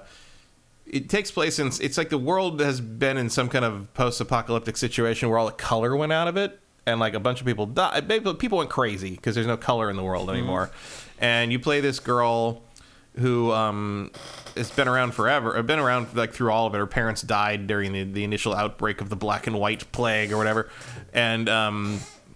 And she goes to this castle where it's believed she has figured out this is where all of it's coming from and where it all originated, and gets her ass kicked by the demon there, but then meets this floating bear spirit thing, and he brings the color back to her, and the color comes back to the castle in general, and everybody in the castle is like, oh wow, it's color again. You brought the color back. You're the one who can stop this. Uh-huh. So you have to go through the castle and fight all these monsters that are basically ruining the world. And the point is the art. The point is the art style. The art is very imaginative and colorful. The colors come into play because, as you can see, she gets different armors that are different colors, and the colors line up with the doors, the doors and the enemy types. So you'll see an enemy surrounded by yellow, you want to use the electric armor for that. You'll do bonus damage against an enemy if you're using the right color against them. How do you swap through those? Left bumper and... Okay, so you can swap through them on the fly. Anytime. Okay. Yeah, so you get 4 of them. You get a yellow one, a blue one, a green one, and a red one. Okay. All different elements, and you see them all here. You can also have the bear shoot stuff. And one of the interesting things about it is you'll see in the gameplay segments, you have a life bar up in the top, as you usually do. However, that life bar works a different way than you might expect. So it's your light or light power or whatever. So you can use that up when you get hit, but you can also use it up by having the bear shoot light bolts. Oh, really? And you aim it with a right stick and you fire it with the trigger. And you need to use that to destroy certain crystal formations and to activate certain abilities and certain switches and things. And the trick is that drains your life. And if your life goes down to nothing, the next hit will take away one of these little gems in the life bar, and you lose 2 of those and you die. Oh, but to get the light back, you can do one of 2 things. You can either hit enemies, a little bit of light force comes back every time you hit an enemy, or if you're completely out of it, you can hug the bear. and you will get like 2/3 of your life back. That's awesome. So it's kind of a method of balancing those things. So you can like use it up and like get hit real hard, but then you can get it back pretty quick. But you need like it takes time to hug the bear, so you're kind of defenseless when that happens. Oh, so you interesting. You kind of gotta pick your moments. Like you are not going to hug the bear during a boss fight. Generally, like you're going to get nailed if you try to do that. So you got to be better at it. There's usually, and there's like a certain type of there's like type of worm stuff, and if you hit it, you get light energy back. So sometimes bosses will shoot like balls of that worm stuff or whatever. So if you can hit it, you'll get life back. So like there's like balances of like, okay, if you get hurt during the boss battle, you got to like start hitting the projectiles they send at you to get that back. So you have enough, because then like when they start getting clever, you're going to be like, okay, so he attacks things and you have to hit some of the projectiles are deadly and some of them are that worm thing, which you have to hit to get the light energy back, because the next thing he does is jump at you, and once you dodge it, he's got crystal things on him, and if you can destroy all the crystal things before he pulls off the screen again, he falls down and can be hit. So you're kind of, it's like a puzzle thing a little bit. Interesting. And so it becomes very quickly apparent that there's a bunch of people in this castle, and they're all musicians. It's all very music oriented. There's stages that you come across where there's people performing. Yeah, and they're in like the middle of the map is this stage, and as you rescue people, musicians, they go back and they like basically are preparing to play a concert. The guy who upgrades your equipment is like the saxophone player. Everything is music. Your upgrades are all done through different colored musical notes that you gather around the castle and stuff. There's a big music element to it, and that's kind of the basis of it. It's, as you can see, visually it's using kind of the 16-bit or more Symphony of the Night inspired. Mm-hmm. It's very Symphony of the Night inspired. I mean, even you can see there that the life is going down as you shoot the bear stuff. And even by the standards of modern Metroidvania games, this is a Symphony of the Night homage in a lot of which is ways. A good thing. Oh yeah, for by sure. the way, we're not disparaging the game by saying that. It works very well. There should be more of those. Yeah. And it's got kind of an apocalyptic vibe to it, because your character's a little hopeless, but there's also some Metroid to it. Like she gets in elevators and then it shows her as the elevator, like kind of looking down like Samus does, like with her eyes closed, and she's thinking about how all the things people in chat happening. Gushing over this, Matt. It's very nice. Pharaoh Dolls said he found it by chance on Steam's front page and bought it almost instantly. Lots of people in chat saying, I've never seen this before and I'm buying it like right now. So there's one caveat. I have played this game about 2.5 hours. Okay. I wish I'd played it more like 10.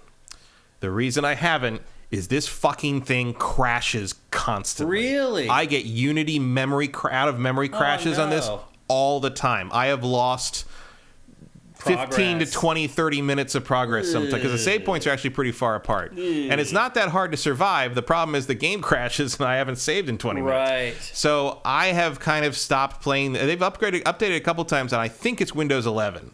Is this PC only right now? It's also on Switch. Okay. So you can get it on Switch, and it does not have the crash problem on Switch, as far as I can tell. That's interesting. This is a Unity problem on Windows. It seems to be Windows 11. Wow. And it is talked about in the discussion board on Steam. Like, the developers know about it. They just haven't fixed it yet.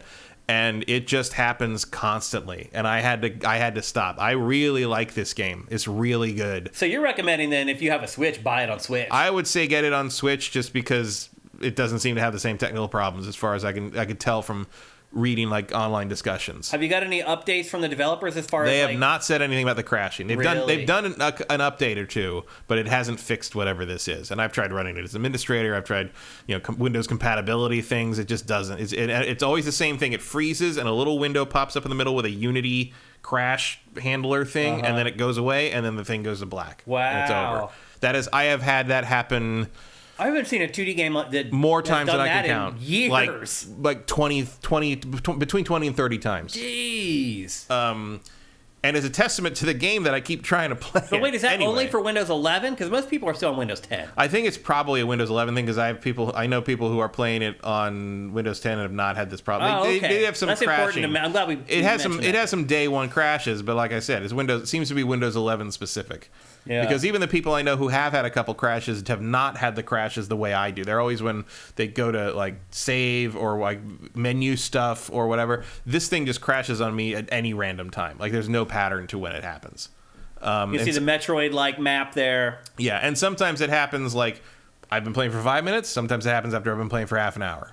I wouldn't play it at all if that happened. So I don't blame you.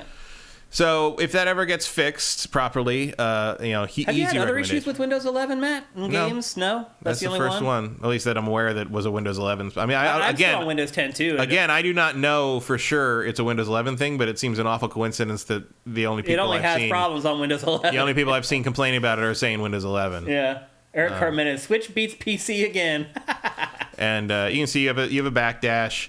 And like things get pretty crazy. Like the second armor you get is this Poseidon armor, and when you're in the water, you can transform into a mermaid and swim around and dive and jump out of the water. And there's like platforming sections where you're literally jumping from waterfall to waterfall to avoid stuff. There's some moments in this game for real, man. Yeah. Like I was just like scrubbing through the B-roll, and I was like, wow. Like there's definitely some moments where I was like, oh. Mm-hmm. Music's really good. Yeah, it's all great. It just crashes. It just crashes. Do you regret installing Windows 11? No. No? No. I mean, I didn't install Windows 11. It came like that. Right. Your relative built a PC for you. Here's a stage that Matt was talking about earlier. Yeah. So those the two in the middle there upgrade your health and life when you get enough of the different colored notes. We a clear Wynton Marsalis reference. There's a bunch of music and jokes in this game. Oh. Interesting. It's cool. Like it's not like anything else, and really that I can. I mean, obviously it's a Metroid game, but like it's got its own verve that I really like. I think everybody can see it looking at the B-roll. Mm-hmm. Some of the bosses are really clever. Early on, they're not. They're kind of like straightforward, but eventually, you're like, oh, you want me to do this? Oh, okay, I get it, and you do it, and you're like, okay, now don't do it again.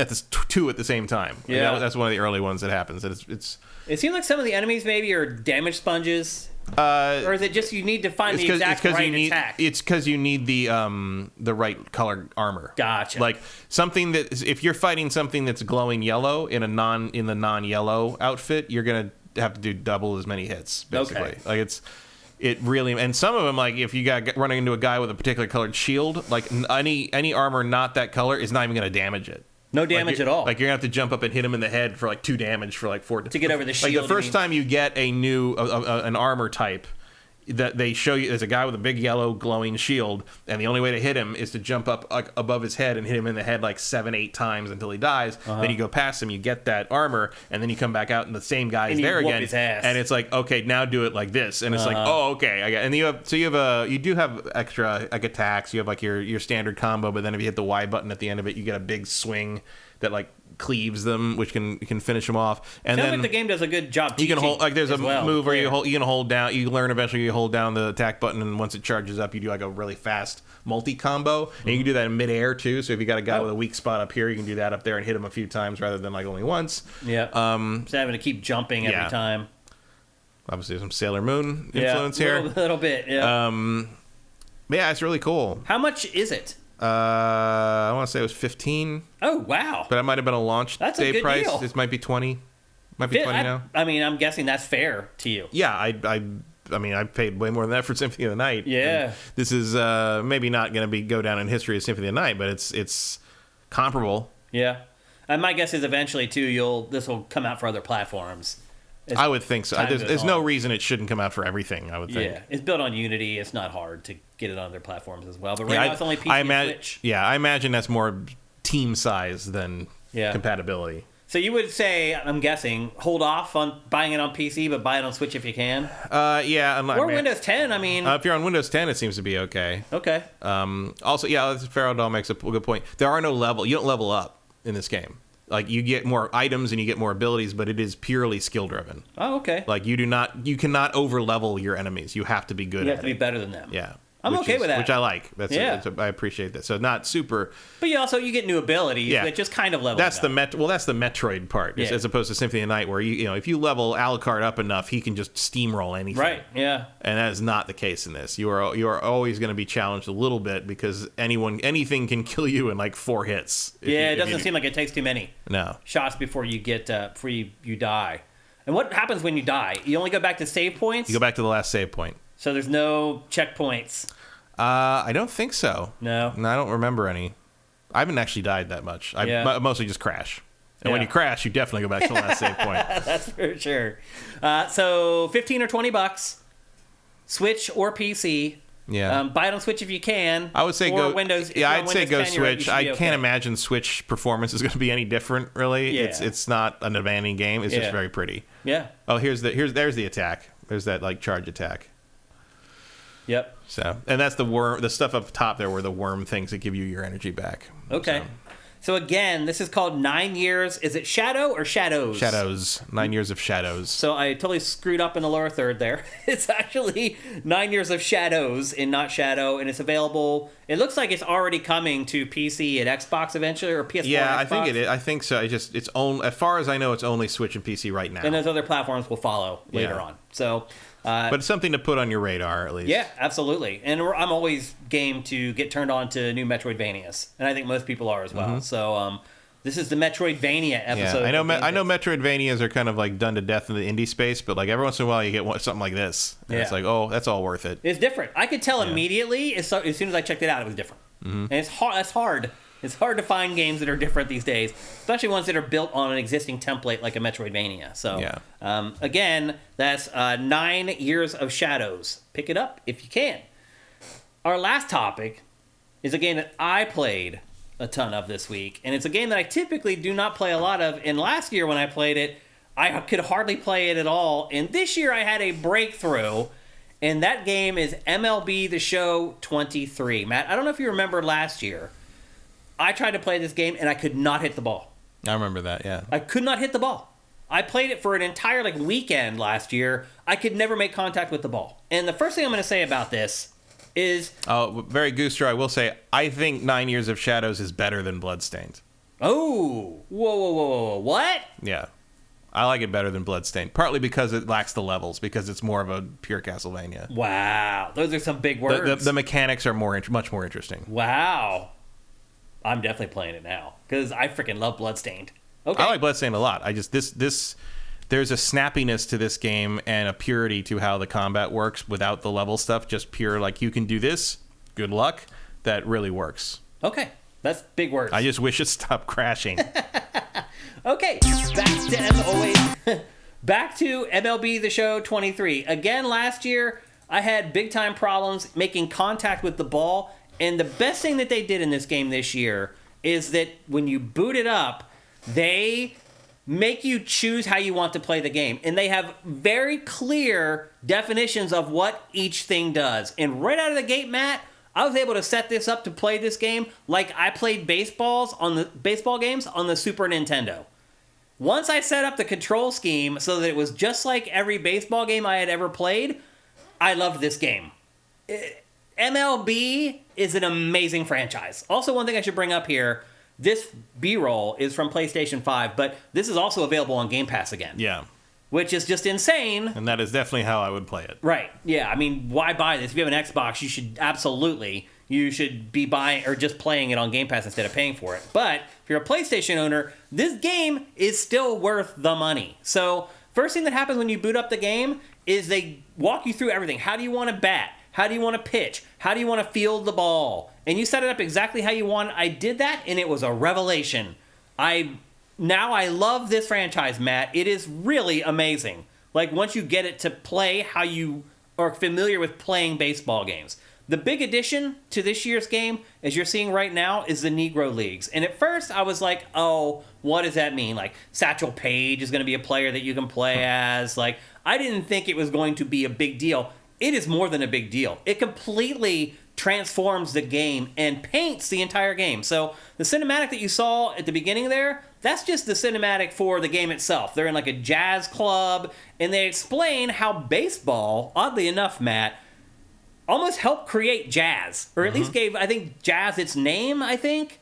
I had never heard the story. Yeah, it's all tied together. Yeah, and so I learned something, like, in the opening to MLB The Show. And that whole opening cinematic is sprinkled with the Negro League stuff, and then you actually play the Negro Leagues mode. And it is amazing. So you get to play as these legends. Some of the Negro League players did make it into MLB eventually. Like 2 or 3 of the biggest ones, but most of them didn't. But all their stories are incredible. Like, all of them. Like, just the Negro Leagues in general are the story behind it is amazing.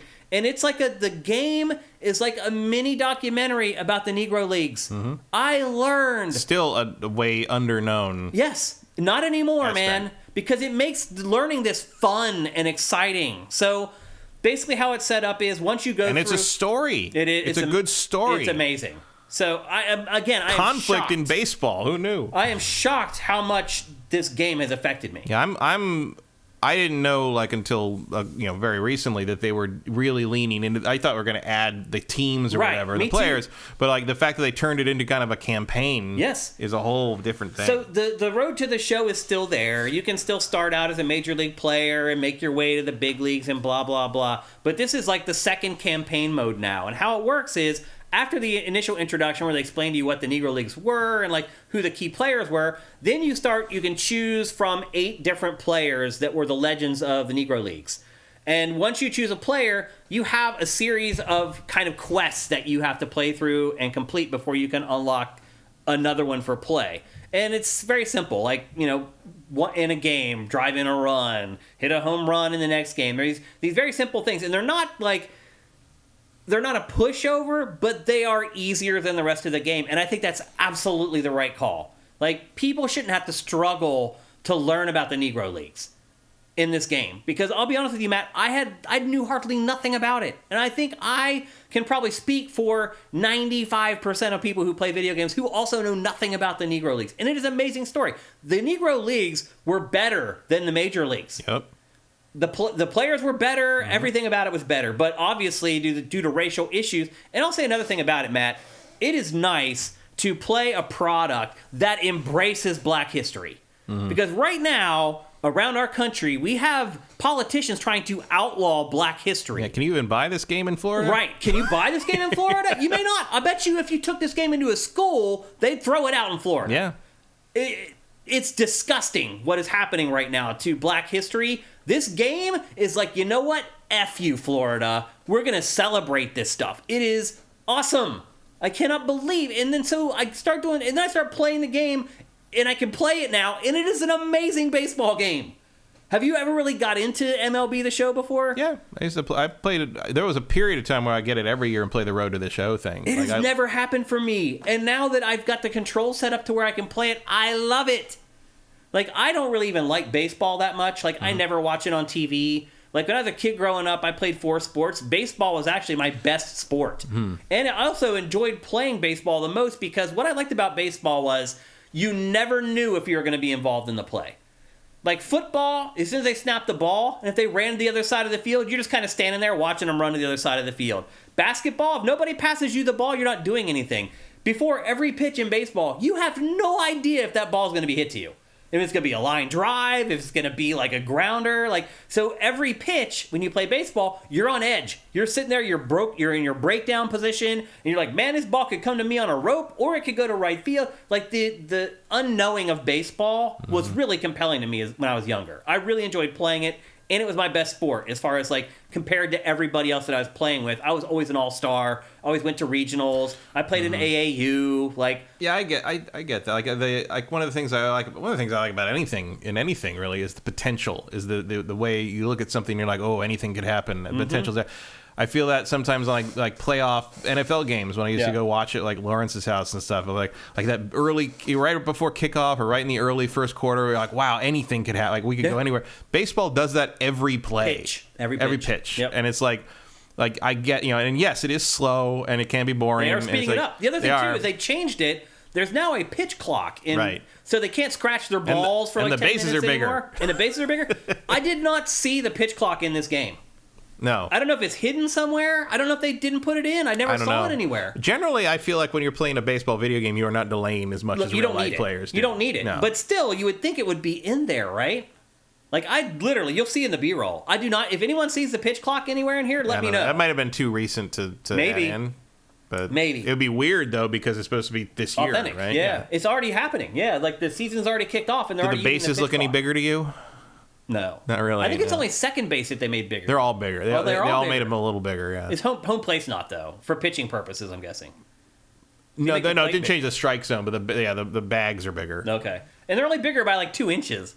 It's hard to believe that you would think that would make that much of a difference, but apparently it does. You see some of those plays, and like, inches matter. I guess it does, yeah. So this game is just loaded to the gills with modes. As I said, there's the Road to the Show, which is the normal campaign mode. Ken Griffey provides like the context, and like all the production values in this are just crazy.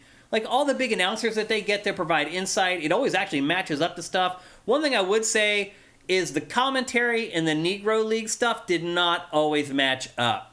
Some of the stuff that they mentioned are things that are only relevant like now and weren't relevant back in the Negro League's time, so they didn't like rework some of the play-by-play stuff. Not a lot of Coke sponsorships back then. No.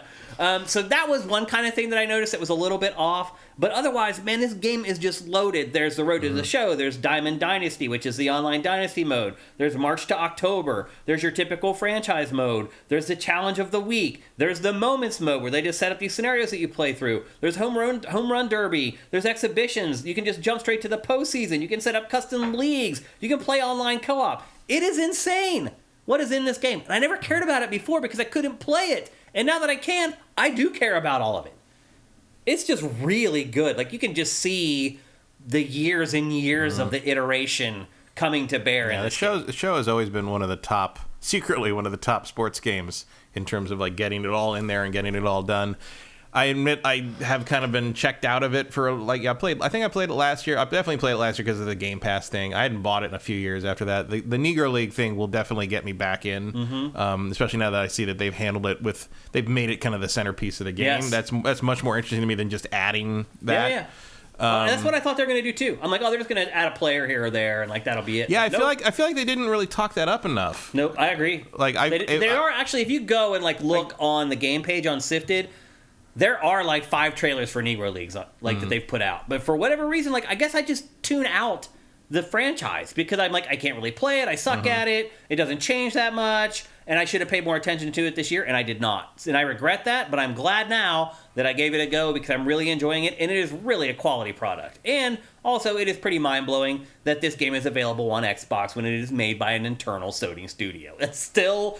The sting of that still has not worn off for me. It's still crazy to go on Game Pass and like play a game and see the PlayStation logo come up on your Xbox. Yeah, it's really bizarre. Controller Zen is saying that baseball they've shaved 40 minutes off of each game now. It's 25 minutes. They're saying he's saying 40 minutes. The games are about average 40 minutes shorter. That's not true. It's 25, but still, that's amazing.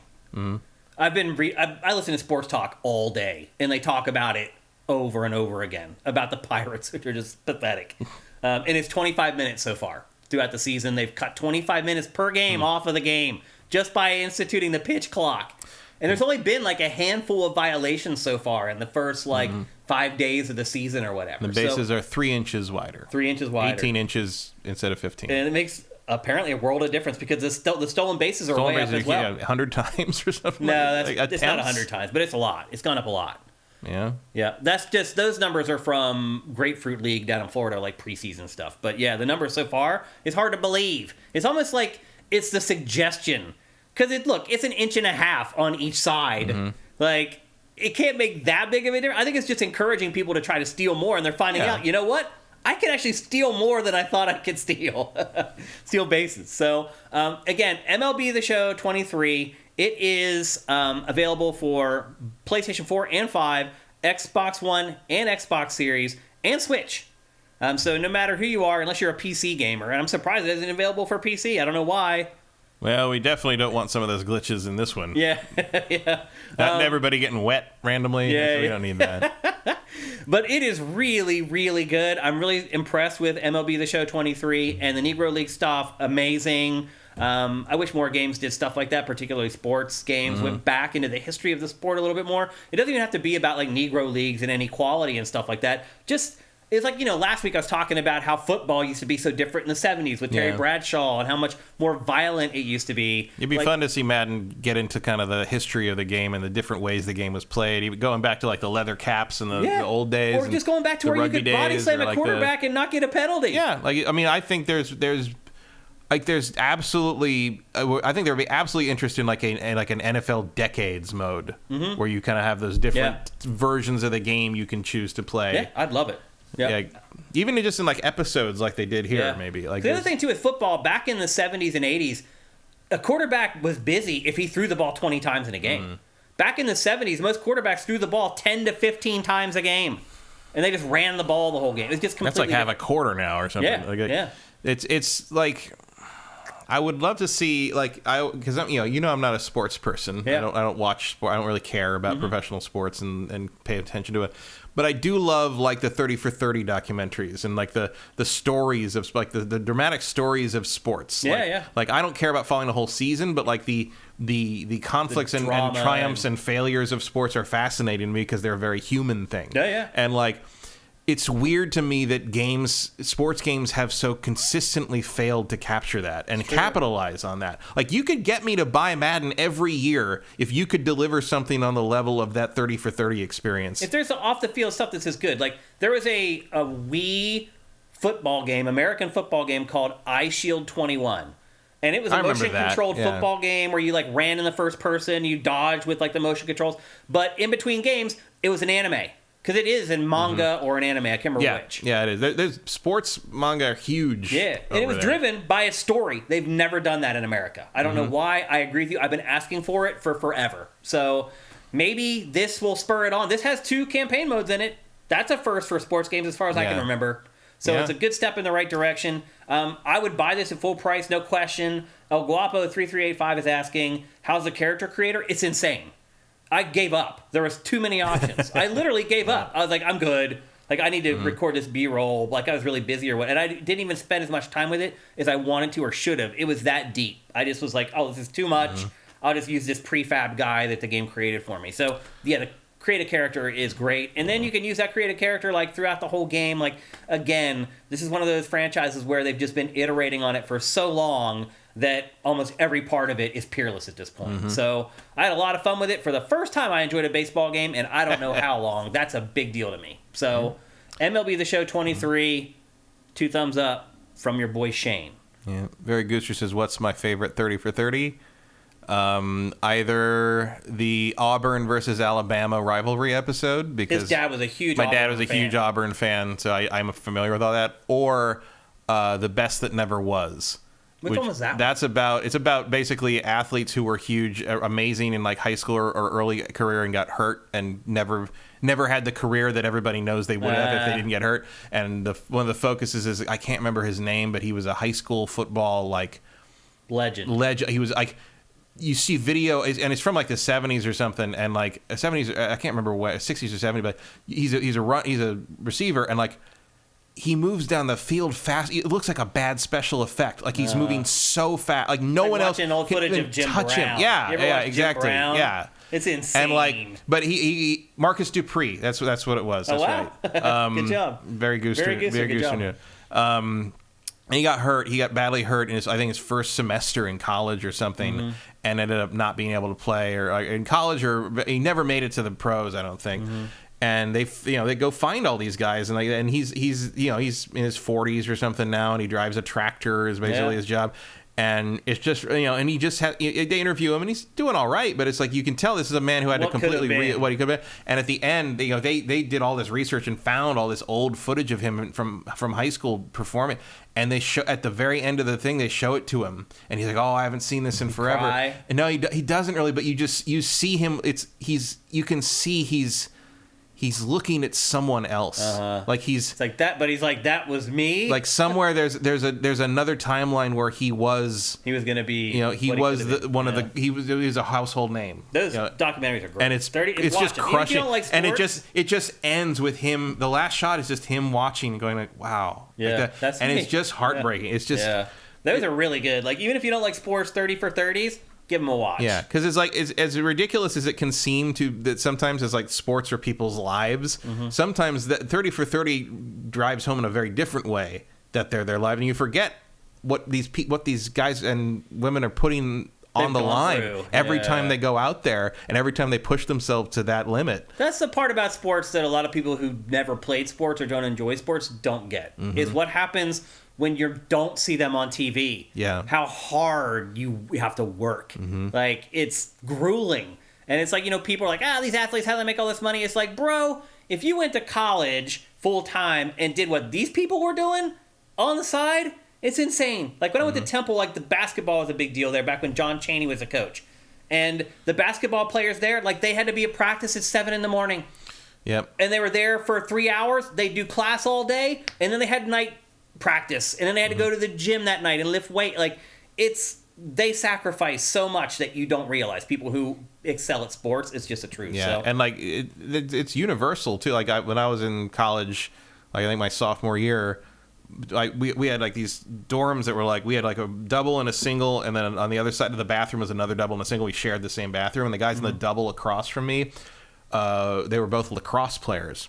And they get up at 6 a.m. every day and go out in the fucking cold and rain and freezing grass and play. And they come back all beaten up and all that. And one time we were sitting around playing NFL Game Day. That was when we almost failed our finals because we were playing NFL Game Day tournament for like a whole week. And I asked him like why do you do it's lacrosse? Yeah. Like why are you doing that to yourself for something that's never? He's like, I don't know any other way to do it. Yeah. And I was like, wow, like that, and that stuck with me for but that was a quarter century ago, and I still remember him saying that. Yeah. The two things I remember that guy saying is that, and one time during NFL Game Day, he just turns to me, goes, all right, two cannibals are sitting around eating a clown, and one of them just says, "Would something taste funny to you?"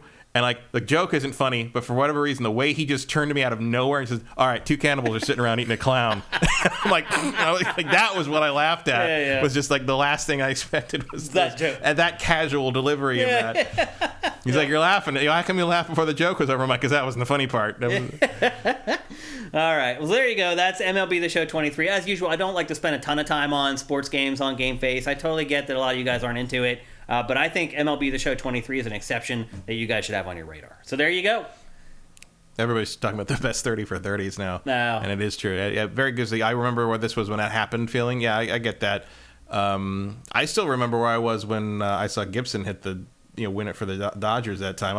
My dad was in my room watching that baseball game, and there was a certain point where I was like looked up from whatever I was doing, and I was just like watching that, and and that happened, and he's like, you just saw history. Yeah. You just saw something you're never going to see again. And he's right. That replay, still seminal. Yeah. It's used all the time. And I like that same thing. I can't remember what date it was, but there's the one episode that's just about the day OJ went on his run, and like 5 other things happened that day in June. Right, yeah. In 94 or whatever. Yeah. I was like, that what a great series. Yeah. You guys should watch it if you can. All right. We got to get back to video games here because it's time for...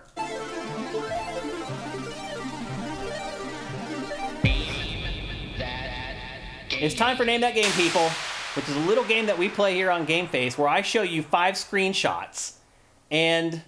Oh, wait, Matt, there it is. Where I show you 5 screenshots and you try to guess the name of the game. Oh. You got to pick the I got to pick the distance. duration. Okay, got it. Or not. It won't let me. That's weird. I'm trying to put it on slow mode. I don't know. It won't let me. That is odd. It's there, but it won't do it. Are you not a mod in your own chat? It may be. We may have to play without it today. Yeah. We have to just play it on normal mode, which means all bets are off and it's going to be insane. Justin Horn, we ain't slowing down for nothing. And there's Body Harvest from Emperor Dread. So anyway, name that game. I show you guys 5 screenshots. You try to guess the name of the game before Matt Kyle here. Matt's really good. He knows his stuff. You're going to need some luck to beat him.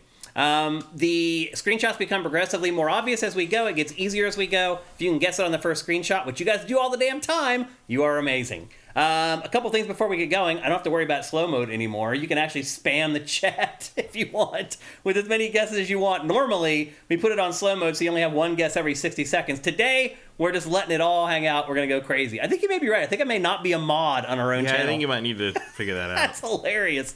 So anyway...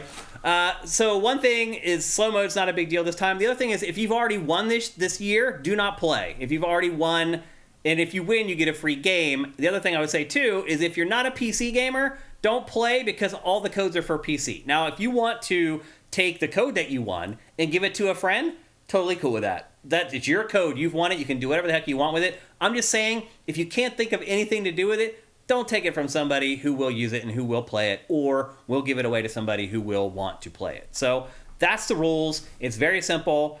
5 images, try to guess the name of the game, beat this guy. That's all there is to it. And with that, here is the first image for today's game.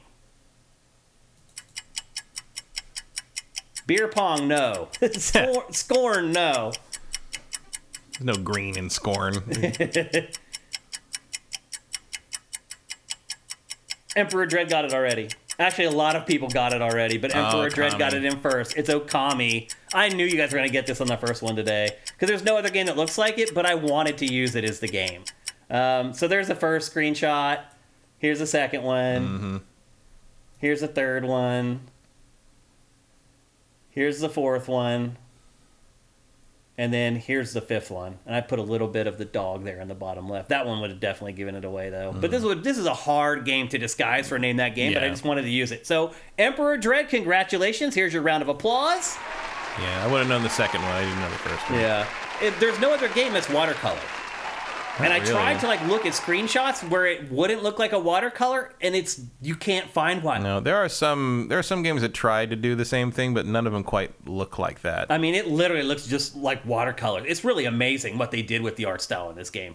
But I've wanted to use this game for a long time. I didn't know if I'd be able to make it work, and as it turns out, I could not. So that's okay, though. It's all right if you guys get it on the first every once in a while. Congrats, Emperor Dread. And honestly, congrats to a bunch of you guys, because 6 or 7 of you knew it was Okami right away. Yeah, you can see Emperor Dread here was first, and then a bunch of jerks comes in. Justin Horman comes in. So we had 3 who knew what it was, and Gohan Rage comes in really late with Okami. So congratulations. Here's one more round of applause, Emperor Dread. The game is so long. Mm-hmm. It is one of those games that you think isn't nowhere near as long as it really is. You could have just ended after that first confrontation with what's his name, Orochi. Yeah. And everyone would have been fine. Okay, and then it goes on for another 25 hours. It's really nuts. Yeah. If you haven't played Okami, by the way, it's an amazing game. You should give it a play. And you can probably get it really cheap now. It's going to be time for another remaster of that. That's true. The clock isn't ticking, Matt. Okay. Look, we have a little bit of time. Actually, we don't have that much time. We have enough time to answer one question from you guys. Zed Saber, I love you, bro, but if we're only going to answer one question, yours is too niche. Do any of you guys have another question for us to answer? If so, we'll answer it, but... I don't even have an answer for that question. Yeah, I don't even have the answer either. It's a really niche one. Here we go. From Mike's Q. What's up, man? How you doing? Hope you're good. A fellow Central Pennsylvanian. He lives in Lancaster, and I'm from a town called Carlisle, which is about 45 minutes away, roughly, from Lancaster. He lives where all the Amish are, although there are Amish and Mennonites pretty much all the way through Pennsylvania, but obviously a huge conglomeration of them there in the Lancaster area. And his question is... Do you think they should give Keanu Reeves another video game shot and do a John Wick game? Yes. Abso-freaking-lutely, they should make a John Wick game. It is, how is there not already, a real John Wick game? There is one, but it's this weird, that strategy indie, thing. it didn't do the IP justice, is the problem. So to me, there hasn't really been a good John Wick game. Absolutely. The gun core, I don't know. Do that. I mean, you'd have to do a Max Payne thing. The animation and stuff in it would be so intricate. It would need to be a AAA, full-on thing, and just nobody wants to do that. I wonder why, though. They probably don't think there's enough... They probably don't think it would sell well enough to make up for that, and you have to involve Keanu, and he's not cheap, and all. That's a big project. Mm-hmm. That might happen after the John Wick movies are kind of done. Maybe. To do the whole story in one big game. I mean, the truth is, Matt, you could do the whole story in one game because there isn't much of a story. True. But that's one of the things in the new one is they combined 4 and 5 into one movie because they didn't think they were going to get to do a 5, but now it looks like they will do a 5, so they're going to have to come up with a 6, which is actually the 5th. Again, I could have told them the movie was going to do great. It's too long. Is it too long? It's 3 hours. That's too long. Because those movies are really just one gun battle after another, strung together with. It's kind of like Breath of the Wild. Well, this one is things we're going to do this thing. Okay, we're going to fight our way up the stairs. Oh no, he fell back down the stairs. He has to do it again because we had another bunch of ideas for how you could fight up the stairwell, and we're going to use all of them because we don't think we're going to get to do this again. So it's it's weird. It's everything's about twice as long as it should be, and everything's cool. Like they're all doing amazing things, but you're like, oh, this is still going. It's like it is like a video game level. It's like it's like how like it's really cool to fight your way up those stairs in Ninja Gaiden 2, but if you had to watch that in a movie, it'd be like, okay, get on with it. What is this? The raid? Yeah, dragging on. It's weird. It's. Yeah.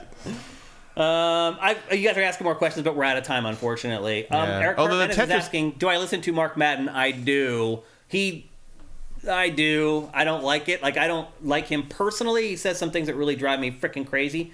Justin Horman, quick question. Rate an album, Paul's Boutique, 10 out of 10. Best sophomore album ever made. Easily the best Beastie Boys album. Top 5 hip-hop albums of all time. And the Legacy's asking about the Tetris movie. I forgot to bring that up when we were talking about the Mario movie, about the critics, the professional critics. One of the guys who wrote a review of the Tetris movie confessed at the beginning of the review in a little note that he had never heard of Tetris before this movie. And I'm like, this guy's our age. Like, he's like our age. I'm like, and it's not like, look, not everybody has to be in video games. Not everybody has to be possible. But like, how do you live 40 some years on this earth over the last 40 some years? And how do you work in pop culture? Like, you're a film critic. You literally work in pop culture and arts and entertainment. I don't even know how I'd manage to avoid to know what Tetris is. Even like, my mom that's astounding to me. Like, there's like 10 things in video games I assume everybody who has been alive since like the 80s knows, and it's like Tetris, Mario, Sonic, Doom, Pong, Pac-Man, Donkey Kong. Like, there's some basics, right? Yeah. And it's just not him to not know Tetris. He gave it a positive review. He's like, this is a very interesting story, but it's like, what? Like, how do you not know what that is? Crazy. It's like, I mean, I don't know anything about football, but I sure as hell know who, like, Joe Montana was. Right. Yep. All right, well, we're out of here for GameFace 337. If you're listening to this on any of the podcast services or you're watching it on YouTube, please head to patreon.com/sifted, SIFTD without the E, and give us a pledge. It's the only way we're going to survive. That's where we get all our money from. You can also help us out with Twitch Prime. You technically give us a free $2.50, but we end up getting like $1.25. It's so weird that Twitch takes $1.25 from Amazon. They're the same company, but they take half of the money. So that's how that all works. I mean, you remember back? I mean, I guess you don't because you weren't there. But when we moved into the E building, we had to start paying the editors through the show budget. Right. Even though we're all the same company. Same company, yeah. That's what's happening here. So we get half of what you do for Twitch Prime. We still appreciate it. And please don't stop doing that. We need it. But the best thing you can do is to head to patreon.com/sifted and give us a pledge. What else do we got here? Oh, before we go, most importantly, more important than any of that is that you support our sponsor. Because our sponsor really makes a big difference for us in our bottom line. And how our sponsors keep coming back is if you support our sponsor. So head to creamls.com. Pick up a bottle of LS Cream or 10. Buy some for your friends. Buy some. Have a party. Put some bottles out. People will come up to you and be like, where in the hell did you get this liquor? It's so amazing. Again, created by a sifter, created by a gamer. Support us instead of supporting them. Let's keep it in the family if we can. With that, I think we're ready to get up out of here, Matt. We'll be back next week to discuss the Mario Brothers movie, and I really hope that all these people are wrong. I hope it's better than I'm thinking right now, but we'll see. We'll also have a couple big games to talk with you guys next week, and as always, we'll be here next Tuesday at 1 p.m. Pacific, 4 p.m. Eastern. Thanks again to everyone in the chat who showed up. You guys make the show better every single week. So we'll see you next Tuesday. GameFace is up and out.